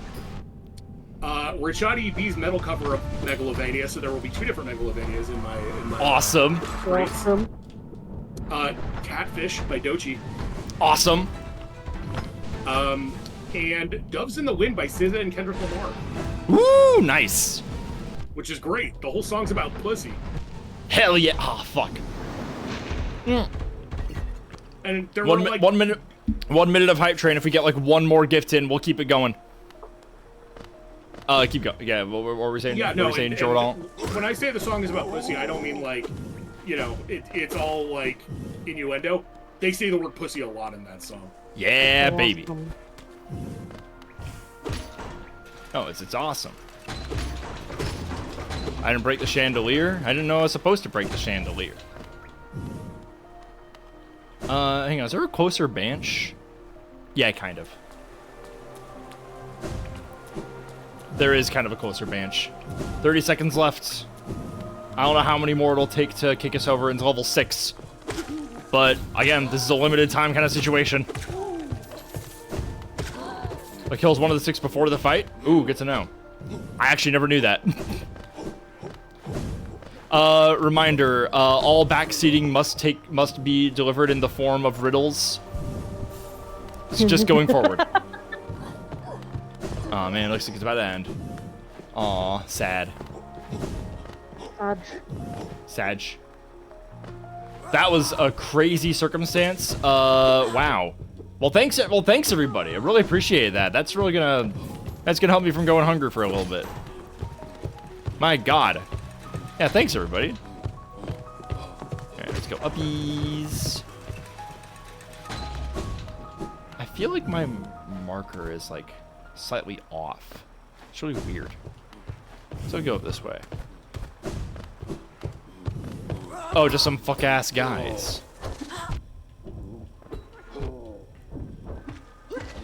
Yeah. What is the deal with this fuck-ass, hot-ass room I'm in?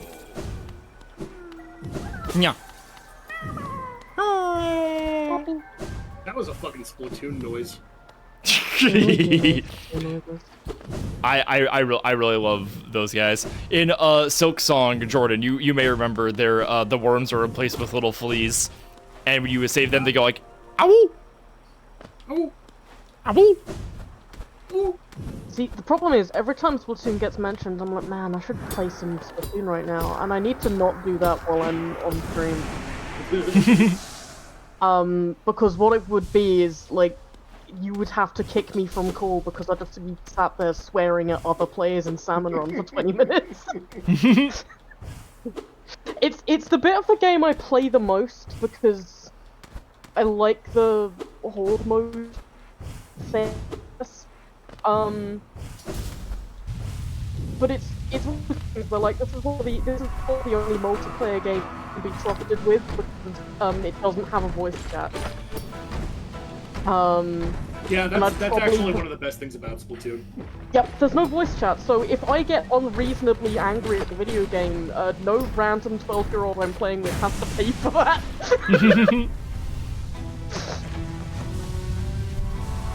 I've seen a lot of people say that the difficulty of this fight here is like where Silk Song starts. And I don't know how much I agree with that. I would definitely say that Last Judge and this fight are on a similar level. Last Judge is like the final boss of Act 1 for Lee and Jordan's benefits. Like now I'm mixing you guys up.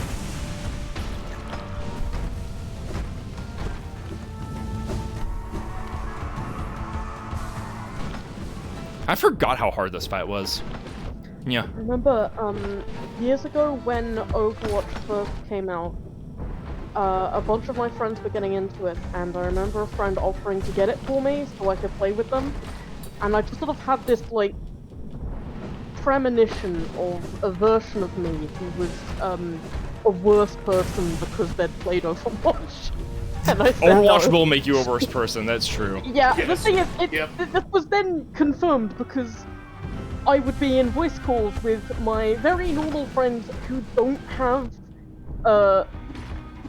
various anger issues getting very mad at Overwatch. And I was like, you guys should be glad you did not convince me to play this. I would played be Overwatch. worse than all of you. I played Overwatch heavy like 2016, 2017, like its first couple of years online, and there's a reason it did not make the cut for my favorite games ever. So it's like, I'm done with this. The thing also with Overwatch, the thing I remember the most about it though is that when it came out and like all of my friends were getting into it and it was like pretty popular in my corner of Tumblr, just the absolutely insane discourse that it generated. Got him! Was- Hell yeah! Alright, that's Washer Knights down. Fuck yes. Oh my god, that felt good. Whew, that felt really good. Yeah. What's this? Another Hollow Nest seal. That fucking dude is not gonna be pleased with me. Yes, yes, Overwatch, you're like- my power. Go on. I said go on. It's so fucking stupid. When I think of Overwatch, I think of the Junkrat homophobic pussy trauma discourse first and the game second. Because I had so much really stupid fucking discourse from that game blasted into my face for like a solid year after it came out. What was the person? know- What was that post from the person who was like, I was just saying I like Junkrat, and someone messaged me saying you're the reason Trump got elected. Oh no, there was so much there was some like there was some very interesting takes about if you liked the Junkers or Zarya, you were racist because they don't like the robots. Oh yeah! from people who kind of Ooh, gleefully look at this. whitewashed Reaper and, you know, made This is constant beautiful. jokes about Hanzo's name. And it's Yeah. just like, well, I don't think you Yeah, are no, making it's- a good call here. Yeah, it's hilarious. The Junkrat thing I remember most vividly though was one person who went on a harassment crusade against anyone who depicted Junkrat as trans because it was homophobic to make Roadhog be interested in someone with a pussy, and Oh my god. that was the basis of their entire argument. And they harassed people Whack, over whack, it for whack. fucking months. It was insane.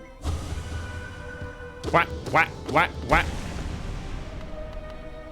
Give me your juice.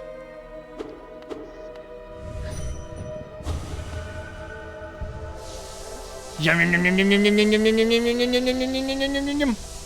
Ha! Oh. Boosh. Oh, no, I tell a lie. The other thing I think of before I think of the game is, when I was a girl, I was afraid of spiders. Oh my god. Widow's fucking stupid intro video. Oh my god. I was told their arts never beat. Oh yeah, fan art of Hanzo fucking Macretus and Count as Lord. That shit was hilarious. All fucking time post. That's so good. Oh, I really love that the person that they were arguing with was a fan of Sasuke. It's like I kind of want both people in this situation to lose. For me, there was a period of time where I liked making just really upsetting posts about Torbjorn, the shitty little Swedish engineer guy. Oh yeah. To the point where I think my Instagram handle is still Torbjorn. It is. Awesome. Torbjorn, like, escaped most of the discourse by dint of the fact that no one wanted to fuck him. Exactly. And for So I that, wanted he's to the make best posts about character. fucking him, just to piss people off. No, you're correct, and you should have done. You should have. See, like, Overwatch got exactly one thing right, and it's they managed to make like a good handful of pretty attractive characters. The problem is that they then said that those characters had lore, which they didn't have, Yep. and then the invisible lore made everyone nuts.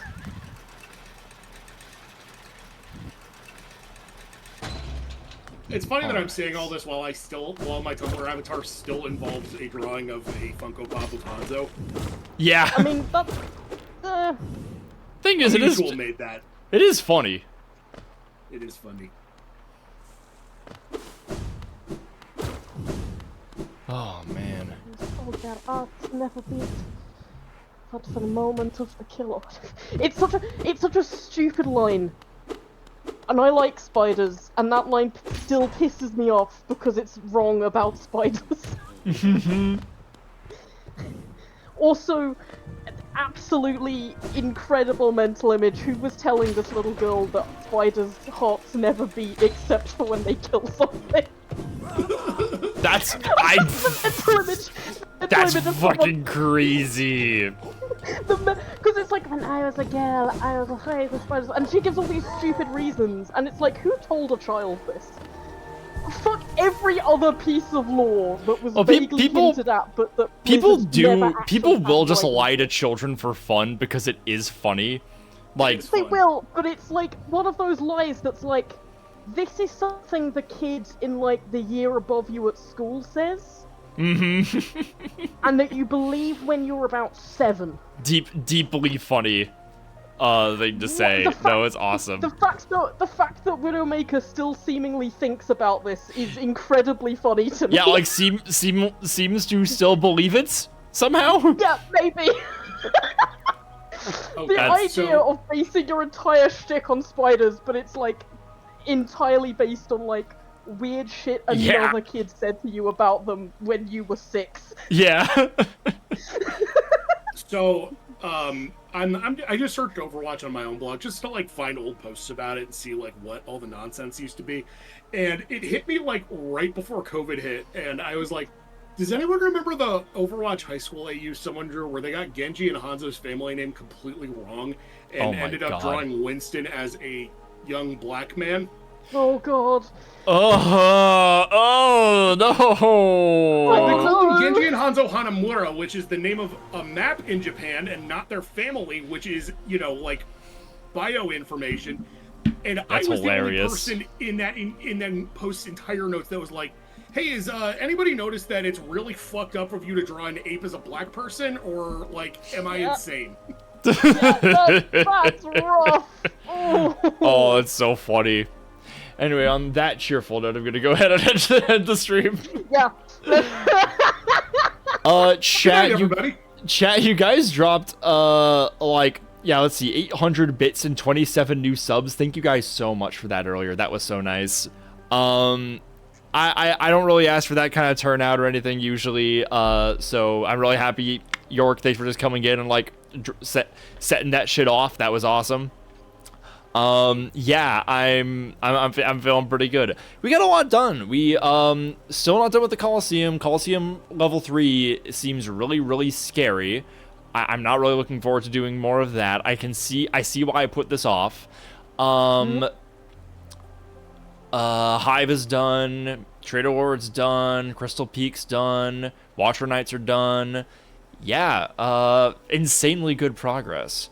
So yeah, still gotta do a grub hunt, still gotta awaken the dream nail, gotta finish the dreamers, and after that, after all that shit, it's gonna be Path of Pain time, baby. Which will be the farthest I have ever gotten in this game. If we get there and we go further than that, it's all gonna be new shit for me. We're all still in the realm of I know what's going on, and even then I don't fully know what's going on. I'm going to pick a channel to raid you guys out to. Yeah, thanks everybody who just showed up and had some good vibes. I needed to be around some folks and be able to, you know, be able to see my name spelled out in actual reference to me. So that feels really good. Path of Pain might be a stream by itself. You don't know my power. You don't know the kind of shit that I was doing in Silksong. I was blasting through that. I could do anything. I'm powerful. I'm going to send you guys over to Oleski FM doing some Fallout 2. You know, we were talking about favorite games. Fallout came up once or twice. I have not played Fallout 2 in its entirety, but I will do this eventually.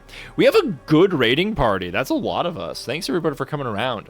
Next stream is going to be on Friday. We're going to be doing more Baldur's Gate 3. We're going to be doing the Raphael stuff. We're going to be fucking going after the Emperor and doing some tidying of some things up for the climax. Chat, I don't often say this.